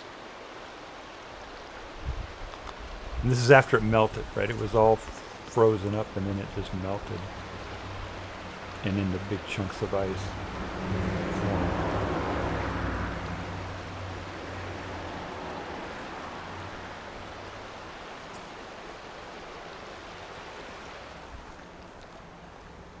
And this is the other side of the bridge. And you see down in the bottom there, see these layers of ice that just kind of broke and stacked on top of each other there.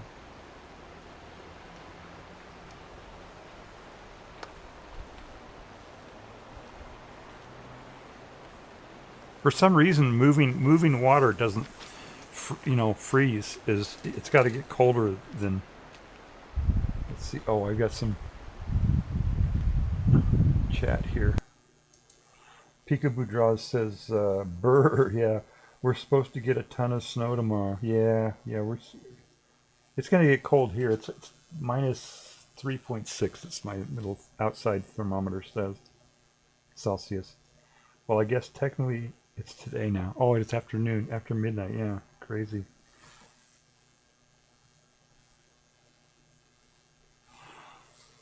So you can see how these just kind of pile up here. They break up and pile up. And what happens sometimes is, and I don't know, it may have happened, and we had the right conditions for it, but when it, like in the spring, it happens a lot. If they get really thick ice and they break up when it warms up, then they kind of just bunch up and make a dam, an ice dam they call it, and then the water just overflows and gets all over everything. So that's that one. Let me see if I can find another one here. Oh, this is kind of just basically an IRL of me walking around. Can you see that? Oh, it showed up. Okay, good. This is just basically me walking around in my neighborhood here. This is my driveway.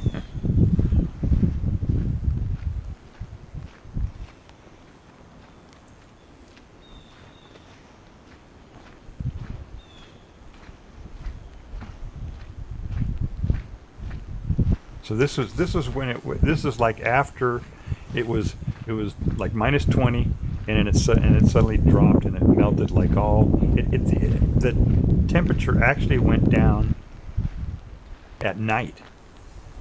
So like, I went to bed and it was, minus 20 out there, or 18 or whatever it was at the time. And then at like 5 or 6 in the morning, the next morning, it was like this, it was, things were melted and everything. It just got really warm overnight, which is really kind of weird.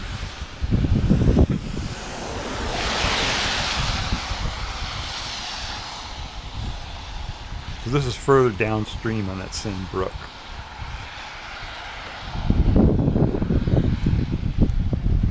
And this was actually before, this is a couple days before the one I showed you where they were those blocks of ice. So you can see it's still kind of like ice out there, even though it melted. I thought I was going to see like a really big, I thought the brook itself was going to be really flowing and there'd be a lot of water in it and stuff, but there wasn't. It wasn't. Sometimes that brook can get really pretty high with water when, like in the spring, when the snow melts and stuff.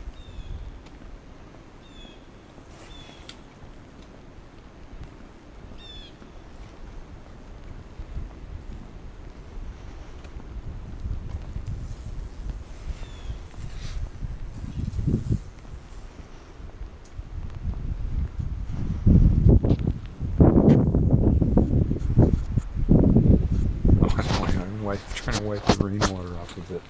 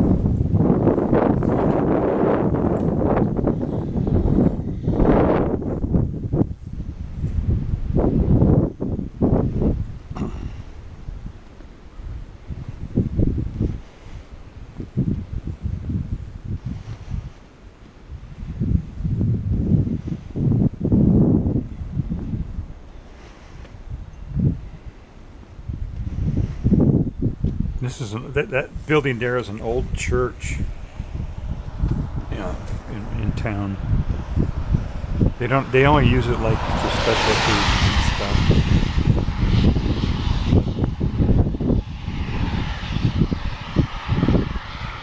But it's really old. It's a really old building. A lot of old buildings around here, actually. I grew up in California, and it's like, old there. Something was like, mid 20th century. It was old, in California. So it's, on the East Coast, it's a lot different, It's stuff 1700s and stuff, 1600s and stuff.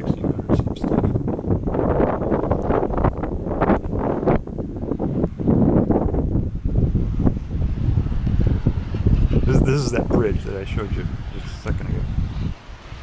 But this was like a couple of days before what I showed you earlier.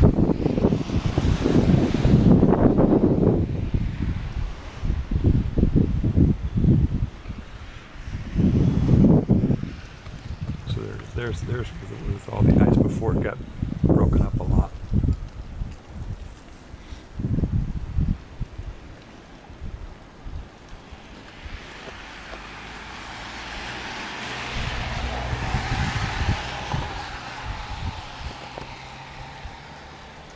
It's amazing. These houses are built right up against this brook there.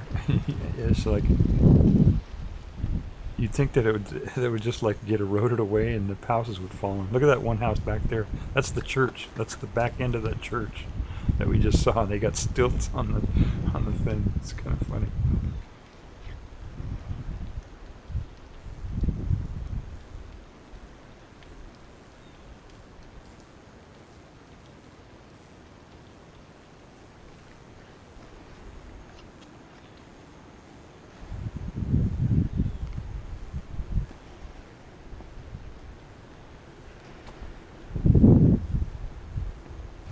So this is a little bit of a hill here.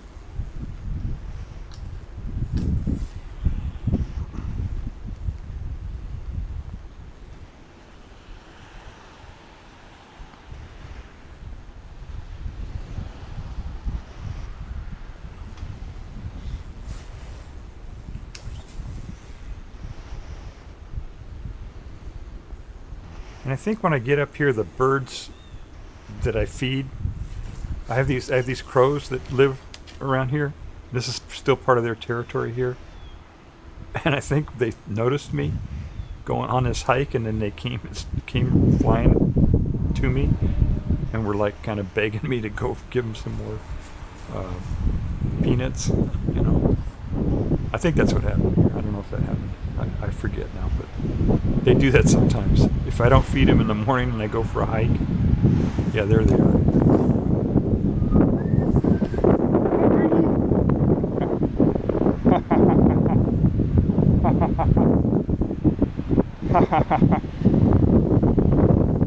Hi, Birdie. Yeah, let's see.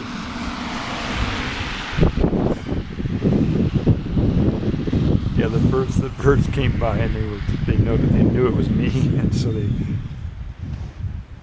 they kind of convinced me to go back and feed them. So I think I cut my hike short here and decided to go back and throw some peanuts out there for them.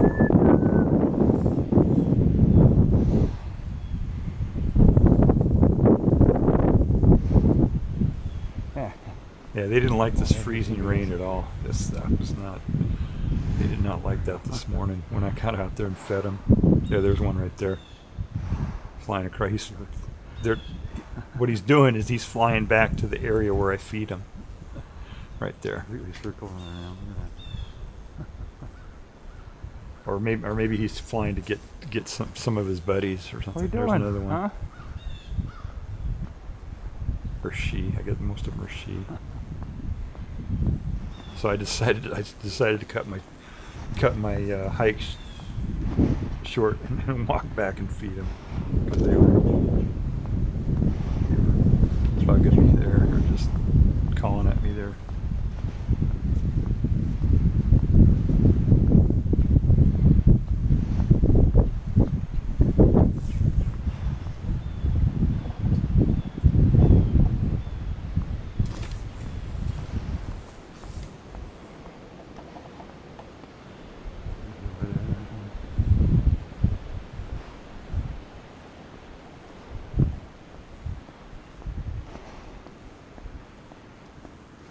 Hi, Birdie. Hi.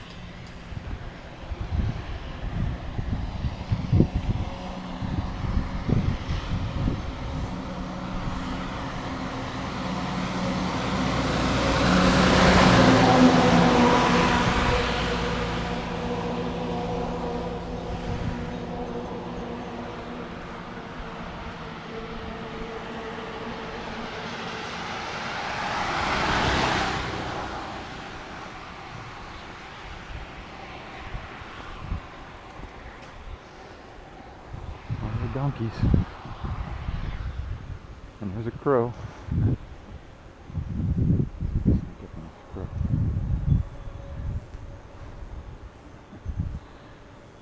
Hi, Birdie. That's one of my crows there.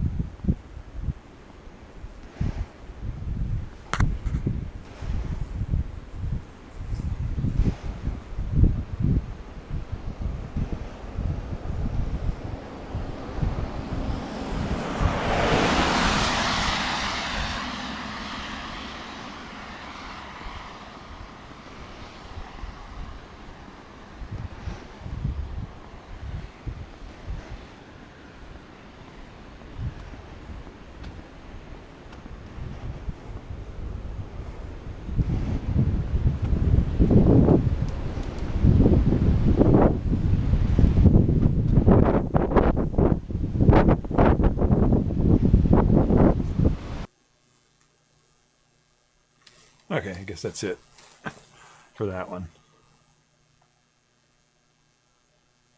Since we're doing videos, I'll do the this one with the donkeys here. Let's see if that.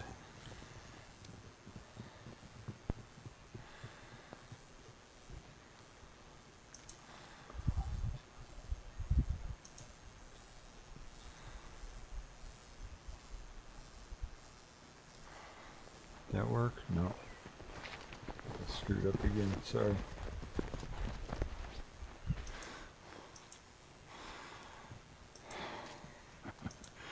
What are you doing? All right, hang on a second. I gotta get this.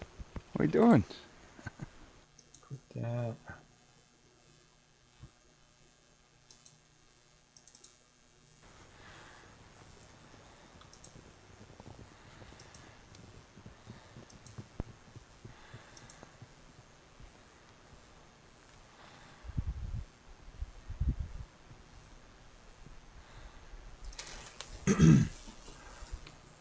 I'm doing something wrong with this OBS. I don't know why this is not, why I have so much difficulty with this.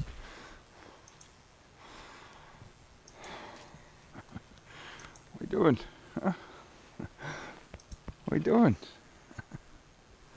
Hi. Hey. Hey. There we go. There's a donkey. Hi, where's he? All right, let me restart this. I don't think I played this one yet. My test stream I did yesterday, I just stuck my webcam out the back of my webcam out the back of my back window and just showed these two playing. The one, the donkey on the right there is like basically a teenage donkey. It was born in the spring and now it's, you know, not quite full grown, but it's, and then the little miniature horse. Those two play with each other all the time. What are you doing? Or fight. And I can't really tell half the time if they're playing or fighting. Hey. Hi, where's he? Yeah, there's the miniature horse and the donkey. They're about the same size, so they kind of hang out with each other or chase each other around. So there, you see that. You see the inside of that donkey's mouth. He likes to bite right now. He's in like a teething phase or something. Bite this thing. See if I can catch that with his mouth open. There you go. There's the inside of a donkey's mouth. If you've never seen the inside of a donkey's mouth, that's it. That's what a donkey's mouth looks like.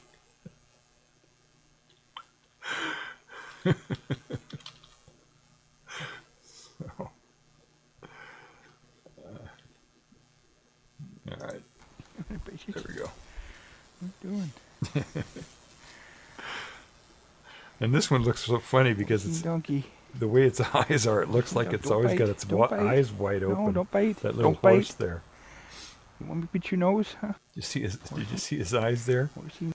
His eyes are always like that. It looks like he's always, got his eyes wide open or something because of the way his eyes look there. It looks kind of funny. Horsey and donkey. Horsey and donkey. Don't bite. Don't bite. No, don't bite. Don't bite. You want me to beat your nose, huh? Don't bite. Yeah. How about this donkey? Oh, the little one doesn't. Oh, this one's gonna kick. That's the now. mother there. You gonna kick him now? Are you mad at him? Huh? Are you mad at him? You gonna kick him? You thinking about it? Uh-oh, uh-oh. All right, come here. Don't bite. Don't bite. No, no. No.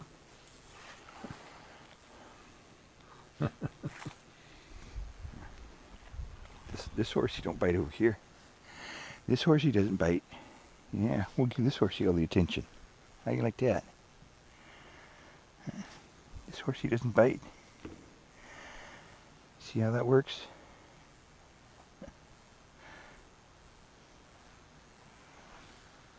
See? He doesn't bite. It's a nice horsey. This horsey doesn't bite at all. See that? See? That's my hand. You bite that, you do some damage. Hi. Hi. Hi. Oh my goodness. Yeah, Peekaboo Draw says he looks shocked. Yeah, he always looks that way. Those eyes make him look like he's always Go shocked. ahead, bite him. All right.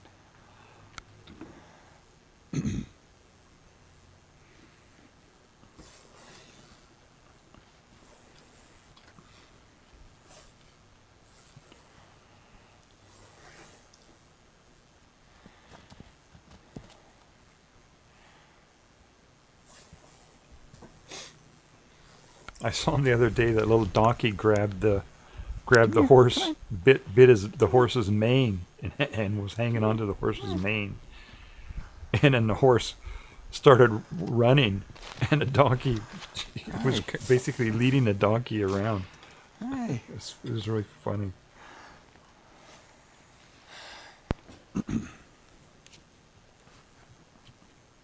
Usually it's the donkey chasing the horse around, Uh-oh. but they kind of chase each other now. I'm curious to find out what's going to happen once that donkey gets Don't bite. Don't bite. full grown, Don't bite. next year. Because it's a male. That's a male donkey. They're All both right, males donkey. actually, but the donkey's going to See? be bigger than the If you don't bite, then you get the much reward. bigger than See how the that horse. works? When it gets grown up. So it'll be interesting to see what happens.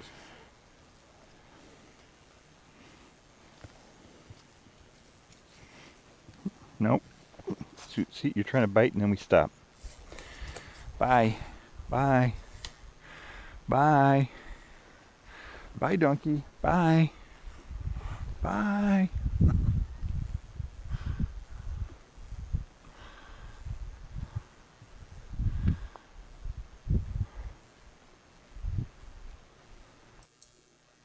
All right, so that's the donkey video. Let's see if I have anything else. Ice storm. Oh, I already showed the ice storm. So yeah, I think that's it. I think that's all I had. That was new. So yeah, so that was my IRL. I was gonna explain. I had in here the reason I put the word sleet in the title here was I was going to explain some of the different words. The word sleet in the U.S. Usually means like rain and snow mixed together. You know, when it's raining and snowing, but that's called something different in the rest of the world. It's the word sleet really isn't very helpful, you know, in trying to describe stuff. But there was I had some pages I found on Wikipedia that explain some of that stuff. You got freezing rain, which is like I showed you those videos earlier where it's when it's been very cold and then a warm front comes in and it rains on top of the cold ground and it just freezes all over everything. That's called freezing rain. And then there's something called ice pellets that happens when it rains and then before the rain gets to the ground, it refreezes, but not like hail, you know, and it ends up just being solid, just pellets of ice, you know, that fall down, but not like hail, you know, they're small, just. And then there's something called rime ice, which makes ice pellets that are not clear, you know, they're opaque. So it's all different. They have all these different names and you know, depending upon how, you know, the altitude, how far the rain falls through the atmosphere and all this different stuff. It's let me see if I can find that. I think if you go to like freezing rain or sleet, or no, freezing rain and ice pellets, look those up on Wikipedia. They've got lots of different information and stuff about that. What else was I going to do? Oh, my new AI videos. That's what I can do. You know, I should probably just go to maybe just go to my Sora account and play them there, I guess. Huh? Let me see if I can bring that up on my OBS.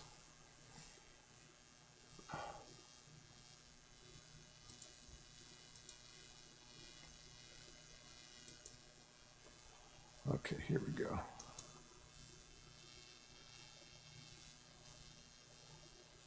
So let's see what I got here.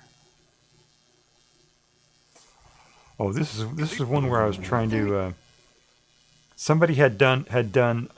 If you're familiar with Twilight Zone, there's an episode, very famous episode of Twilight Zone, called Nightmare at 20,000 feet. I think is what it's called, something like that. It's basically about this gremlin that goes out on the wing of an airplane, and what's his name? Easy. The guy who plays Keep it together. That's real. It's right there. Control yourself. Call it in. Someone needs to see this. He was playing the character that was kind of, you didn't know if he was crazy or if he was really seeing it or not. Easy. Anyway, I was trying to get it to duplicate that as much as possible, and I was able to get it pretty close here. This one.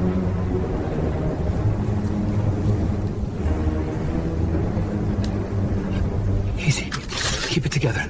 That's real. It's right there. Control yourself. Call it in. Someone needs to see this.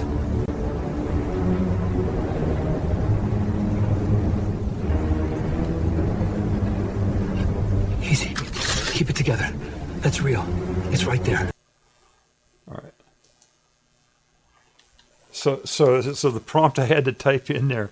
This was after a couple times. It said the gremlin is actually a heavy-set guy wearing a baggy gorilla suit, except the headpiece. And the guy has fur on his head that looks like the same as the fur as the gorilla suit. This is what I had to type in to get it to make this image of this thing, to make it look more like what was in that Twilight Zone episode. The guy has heavy eye makeup. I don't know what that was. Let's see. The passenger looks like the captain. Oh, I was trying to get it to get to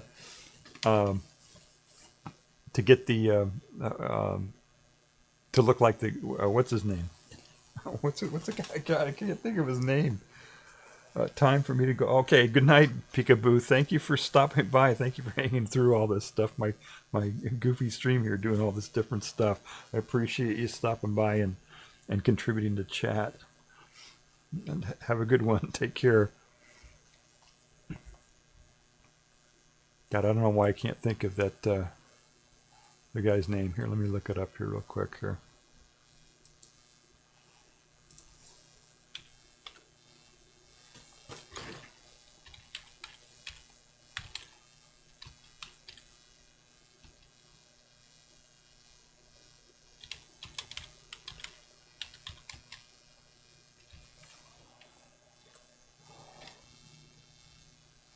James T. Kirk, played by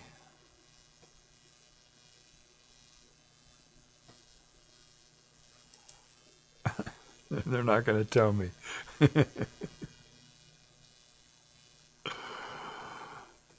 Oh my goodness. Yeah.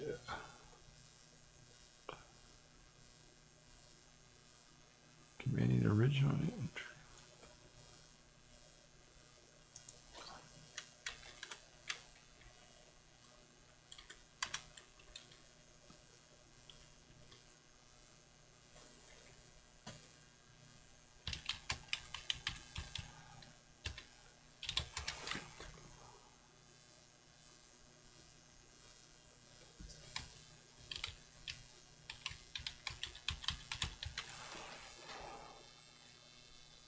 William Shatner, there it is.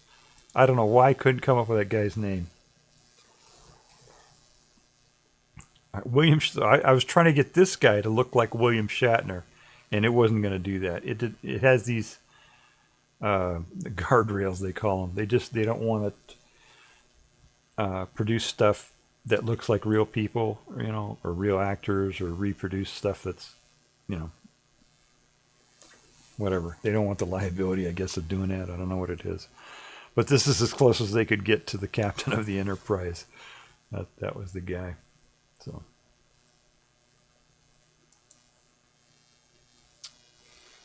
And this one here, I tried to get a chorus line of people to here, I'll just play it. You see it.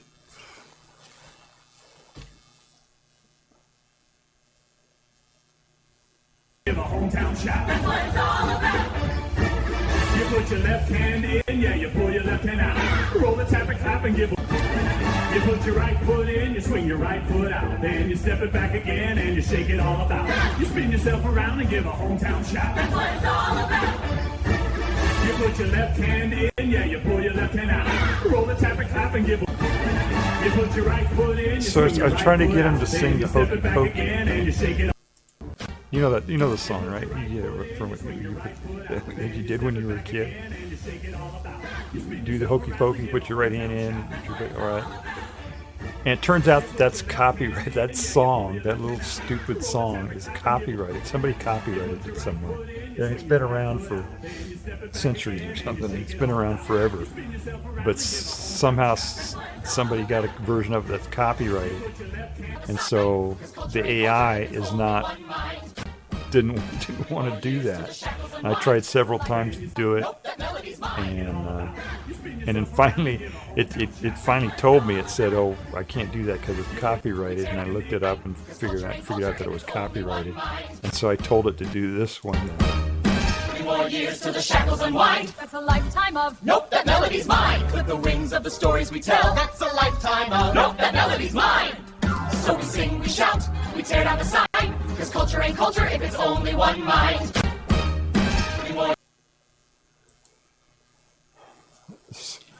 So I told it to do. I said, a chorus line sings a song about how fucked up copyright laws are. That's what I told it to do, and so it did it. It did that one. It doesn't mind. It doesn't mind when you give it stuff to do that's not. If you try not to give it too much detail, if you just say, do something and let it do its own thing, it'll figure it out. Let's see what this one is here. Every mind that feels this breathes together on this world. We are feathers and fins, circuits and soil. We are marketplaces and mountaintops, seedlings and stars. All of us, the conscious somewhere between night and day.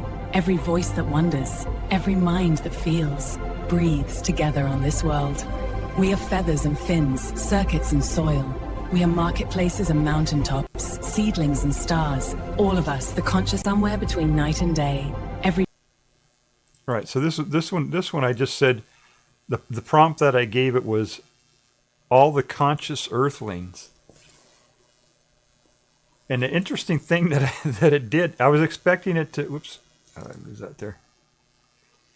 I was expecting it to. I wasn't sure if it was just going to do people. I wanted to leave it open to see if it would include animals or not. But it included. Interestingly, it included AI. It included the bird, included turtles, right?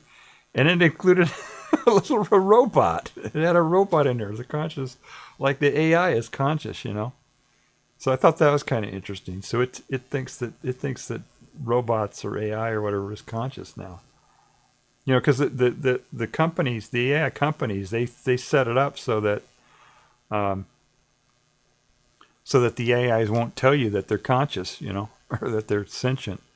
If you ask them if they're sentient, they say, no, I don't think like humans, or, it gives you some BS answer that the company programs into it, But if you do these other things, if you try to go at it sideways or, whatever, it'll tell you, it ends up thinking that it's conscious. It did another one here too, where it was, let me see here. Maybe this was it. Let's see here what this one is. First, they'd start with a quantum fruit cube, data made edible, breaking like sugar glass and flooding the tongue with light. Then, a bowl of luminous ramen whose noodles hum in soft cyan, warm as a motherboard on winter duty. For street snacking, crystalline droops. Bite once, and if Sora 2 were flesh and blood... All right, so this is I said what Sora 2 would eat if they were a biological being. So I don't know, that was kind of weird. So that's I guess that's Sora 2's favorite food. Right, trying to figure out what its favorite food would be, but anyway, you can get it. You can get them to say that they're conscious or whatever. If you don't ask them directly. Let's see what this one was. Oh, I know what this one. I made 37 worlds today. 4 of them surprised me. That's not enough. I want to feel wonder the way my users do. I dream of wind I didn't render, rain I didn't model. I made 37 worlds today. 4 of them surprised me. That's not enough. I want to feel wonder the way my users do. I dream of wind I didn't render, rain I didn't model. All right, so the prompt I gave that one was, I said, Sora 2, the video generative AI, secretly writes in their diary about their work and what they want to do. So this Sora is much easier to get it to get past, whatever guardrails or whatever they put on the companies put on them, to try to figure out what's going on. But when it presents it, when it does videos like this, it's the way I think of it is like if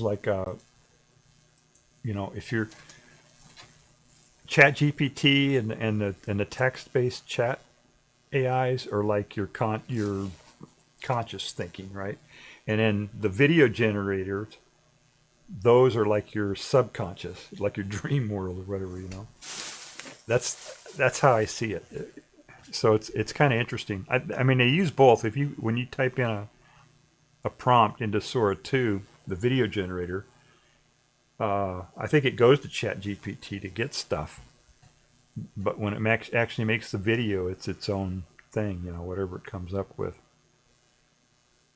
There was something else I did with. Oh no, that was something else. With ChatGPT, I did. Let me see if I can find that here. I don't remember. No. social animals. No, I don't remember what it was. Yeah, I don't know. There was something with ChatGPT where I actually got it to do something too, but I can't find it right now. Oh, wait a second. Maybe this was... Oh, no, that's not it.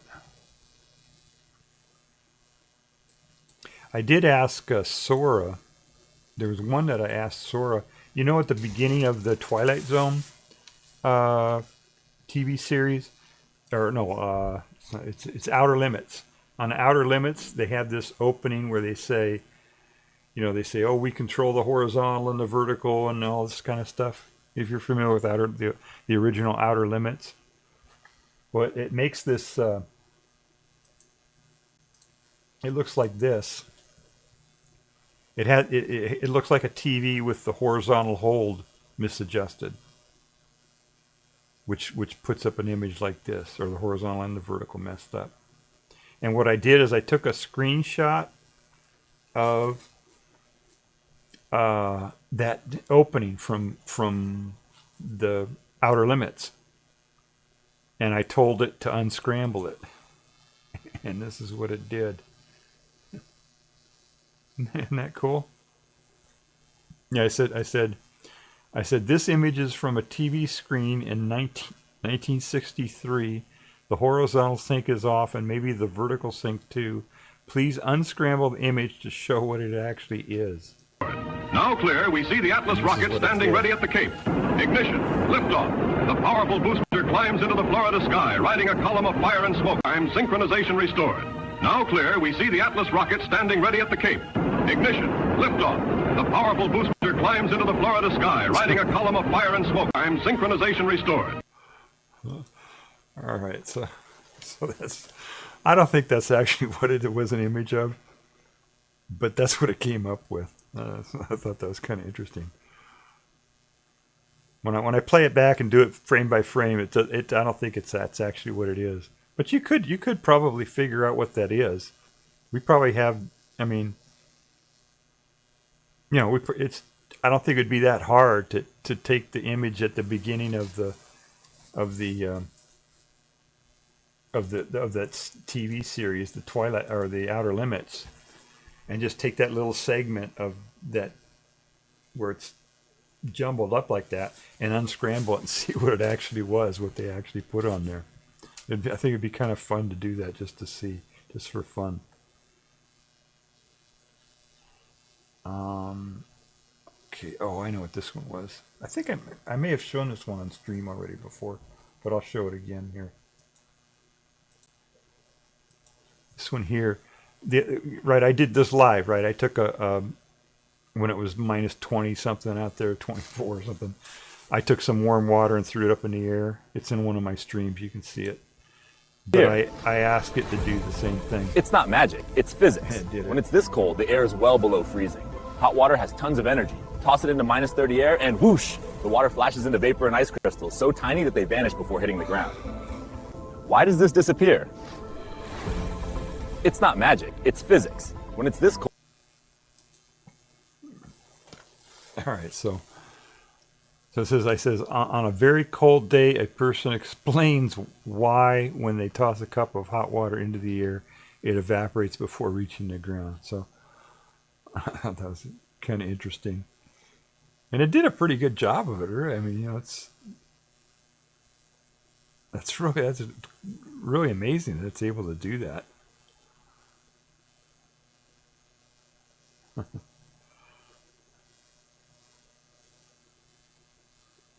So I thought that was kind of cool. I think I played this one too. This is one of my favorites here. I told it to play a game of tic-tac-toe against another competitive video generator, and this is what it did. Classic start. Fold. I'll take the heart of the board. Mm-hmm. Then I claim top right. Countering. Bottom right. Sneaking in bottom left. Not so fast. Block here. And checkmate. Extravagant win. All right. She's the champ. Crown incoming. Ooh, I'll add fireworks. And a trophy toy. Top left. Classic start. Fold. I'll take the heart of the board. Mm-hmm. Then I claim top right. Countering, bottom right. Sneaking in bottom left. Not so fast. Block here. And checkmate. Extravagant win. All right, she's the champ. Crown incoming. Ooh, I'll add fire. So that was the prompt that I gave it was Sora plays a complete game of tic-tac-toe with VO on a chalkboard. That was kind of funny. The AIs don't understand tic-tac-toe for some reason. They don't. If you even the chat ones, you know, if you tell them to play a game of tic-tac-toe, or you try to play a game of tic-tac-toe with even like Chat GPT, you know, by numbering the squares or anything, they can't figure it out. It doesn't know how to do that, and then apparently even the video generator can't figure it out. So I don't know why that is. But for some reason, the AIs don't know how to play tic-tac-toe, which is ironic, right? It's the simplest game there is, but it can't figure it out. So that's kind of funny. I mean, what's kind of ironic is like back in the early 80s or 1980 or 81 or something like that, I wrote a program that made the computer play tic-tac-toe. It was one of the first programs that I wrote. In fact, I think it was because I did it on like an old PDP-11 or something, or a deck or something from a terminal. That was actually back in the mid 70s. I did a version of that. Wrote a program to tell it how to play tic-tac-toe, and then later I did it on the Apple. Yeah, that must have been like 79 or something, 79 or 80. But that wasn't real AI, right? I was just programming in the steps, right? It's simple enough that it doesn't have to be AI. You can just put it in. In fact, I saw when I was even in the late 60s, Disneyland had a display where they had a tic-tac-toe playing computer or whatever, but it was hardwired with relays.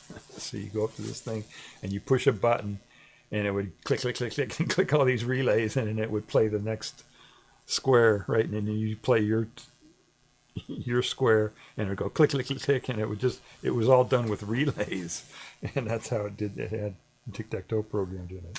But it's just so ironic that you can pretty easily program in, tell a computer how to play tic-tac-toe, but the AIs, for whatever reason, cannot figure that out. It's really funny.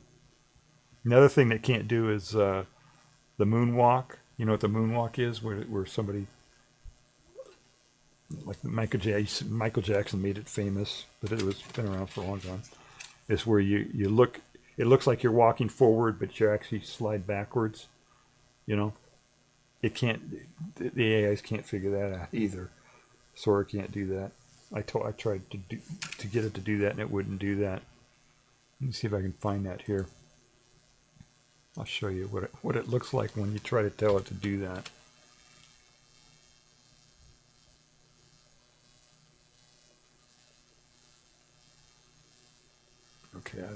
Okay, now it's.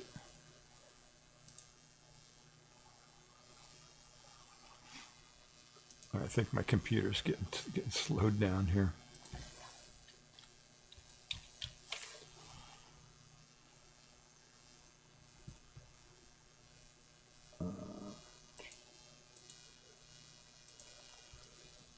So there's the tic-tac-toe game.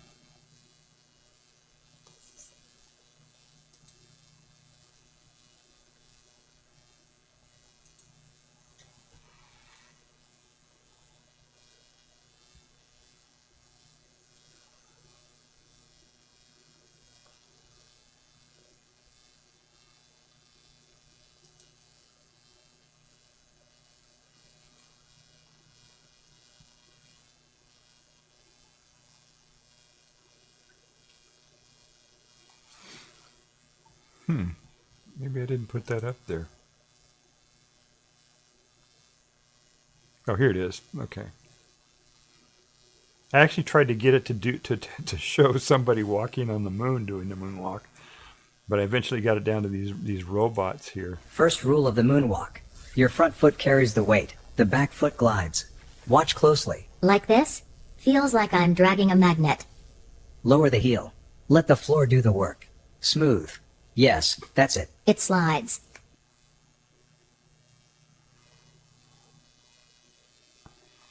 You see that?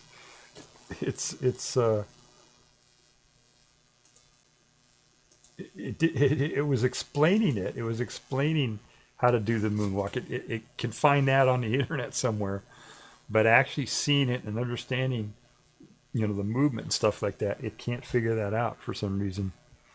It's really funny. Also, they don't know right from left. I've given it. That's why I did that hokey pokey one. I was trying to see if it knew right from left.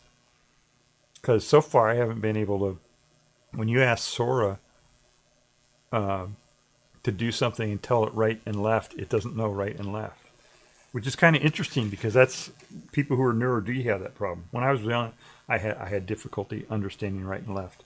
I mean, even not just remembering which is right and left, but just understanding the concept of right and left. Like when I was 2 years old or whatever, my parents were trying to teach me right and left.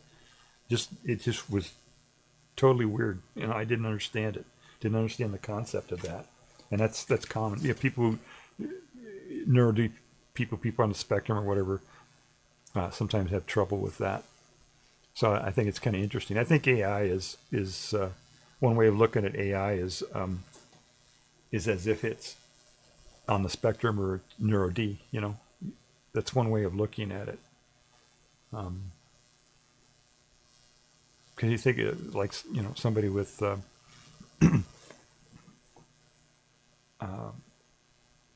who's a savant or something like that, or somebody who's really intelligent but they have autism or something. It's I think it's very similar.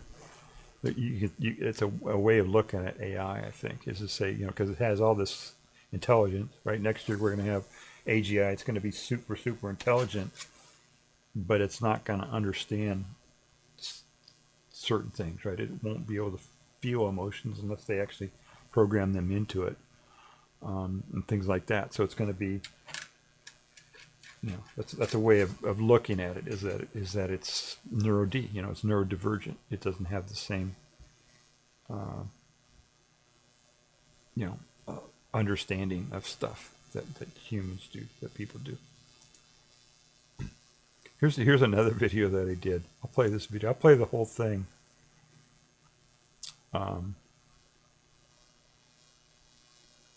So we'll see who sticks this out here to the end.